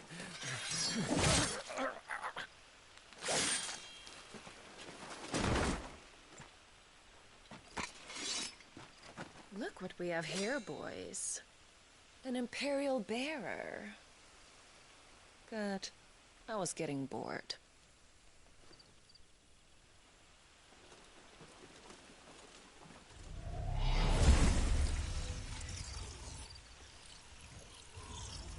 Boo.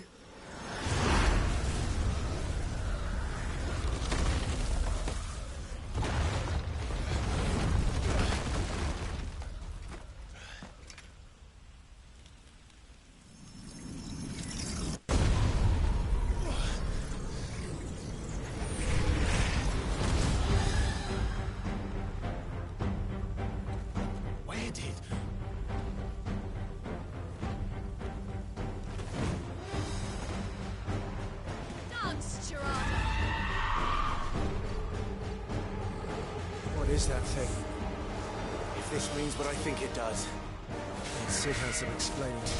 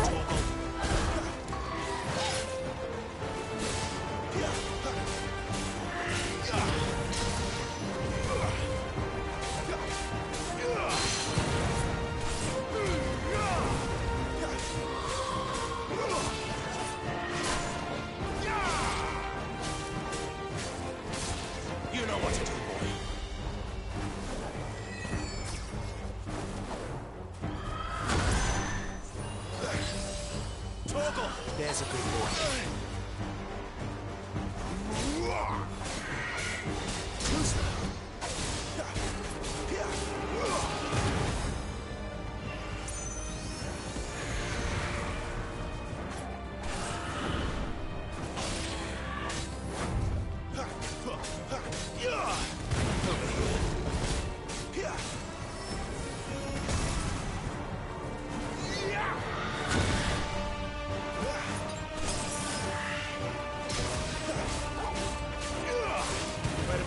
Sid.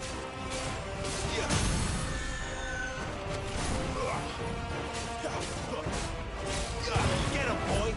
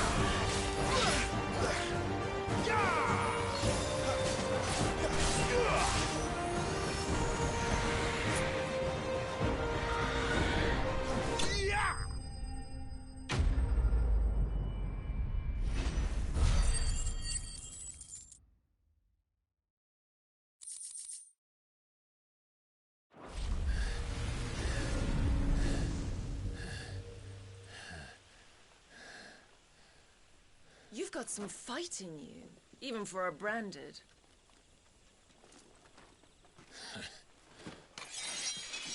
Clive!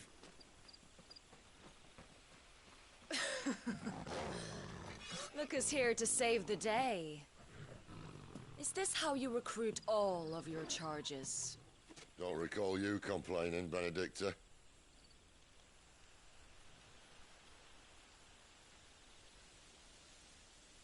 So, Sidolphus, remind me, why was it that you betrayed your kingdom? I asked you a question, Lord Commander. Why? Because I'd had enough of you and your king's antics. And yet here you are, stealing my branded. What are you plotting? As if I'd tell you.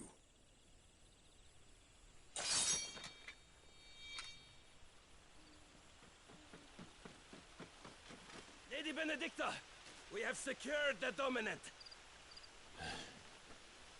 Always something, isn't there?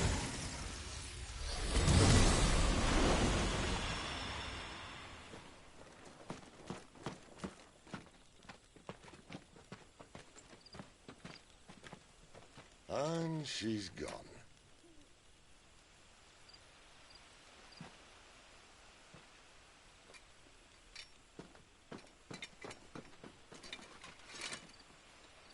Did she say where she was going?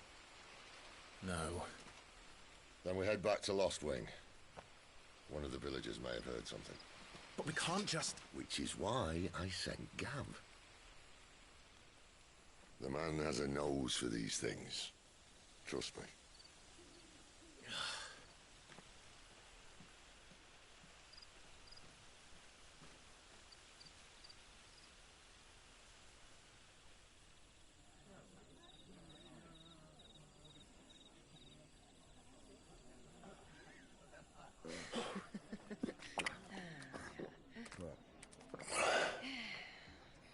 So, it wasn't about bearers at all. They were looking for a dominant. Yeah, that's right. I thought we were hiding the bastard. Like any of us would keep a monster like that under our roof. Oh, no offence. When no one talked, they started rounding up everyone with a brand. And then everyone without one and all. And locked you in the cellar, hoping sooner or later someone would break.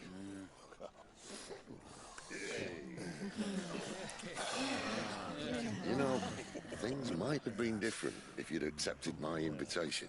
Oh, don't remind us. We were all saying the same thing. This is our home, innit? Don't mean we won't out when we can, though. And that, I'll drink to.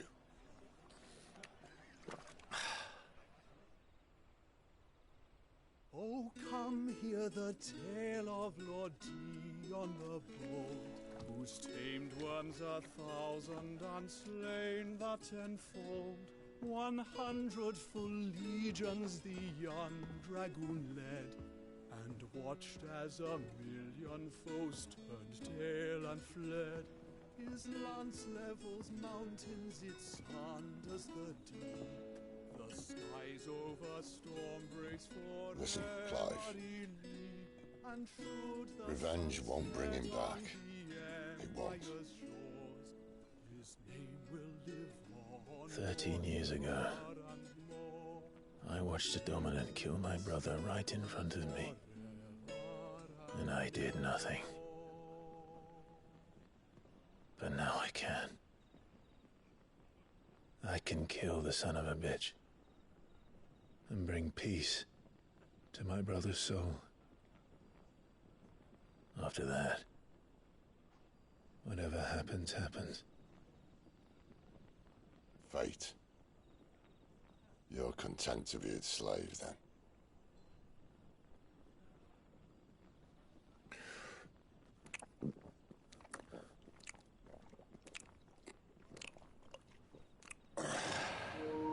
Gulp, gulp, gulp, gulp, gulp. Jesus.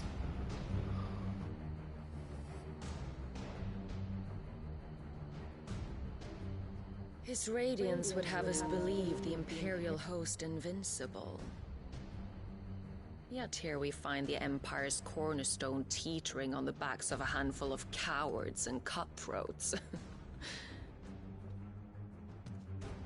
Well, Bahamut may lead 100 full legions. Could it be that the young prince defends a house of cards ready to topple at the slightest breeze? Tell me something. Why do you not resist? Within you lies the power to slay gods. The phoenix perished in your flames. Yet you do not fight. You do not flee. You refuse your gift.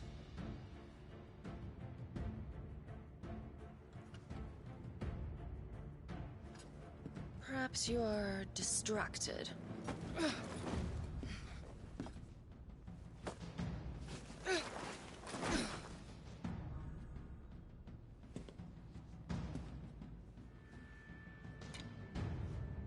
My offer still stands.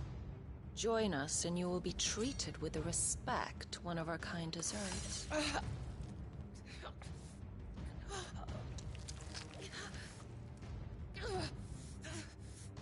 Lord Margrace, don't!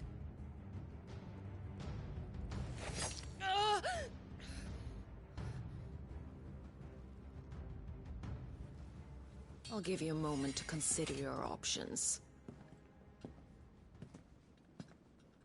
Do be gentle with them.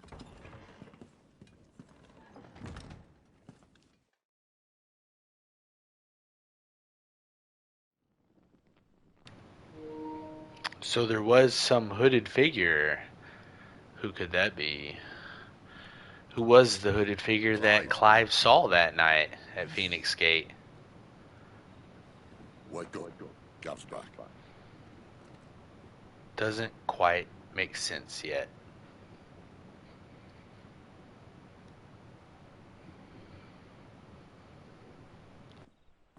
Canovant. One of the Empire's outlying strongholds, though apparently not strong enough to keep out the Royalists. The captured bearers are inside. I'm sure of it. If Benedicta's orders are to stay in the shadows, she won't be traveling with many men. Meaning, she'll be keeping her prisoners together and close by. What about me? Excellent question, Gav. You will wait outside the care and guide those I free to safety. And miss all the fun. Why can't he do that? Clive doesn't have your nose. He'd stumble off a cliff before he even found the men. Come on, Gav. You're the best man for the job. Well, when you put it that way. Suppose I'd better scout ahead for any surprises. Don't you let him down. I won't. All right. Shall we? Not so fast. We wait until tomorrow. But he's right there. And if we leave now, we'll arrive just as the sun comes up. Maybe join the guards in breaking their fast. Come on, Clive. They only just took the place. They'll be there a while yet. We've got one chance at this. You don't want to waste it, do you? No.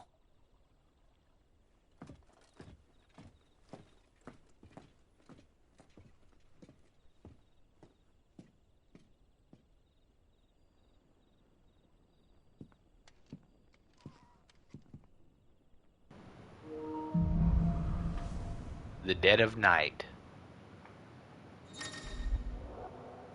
New stock. As the story progresses, new weapons and items will become available at the Hideaway's trading post, Karen's Toll, as will new forging recipes at the Black Hammer. No, that's settled. There's someone I want you to meet. At this hour? He's the owner of the tavern, and our best hope of getting a decent night's kick.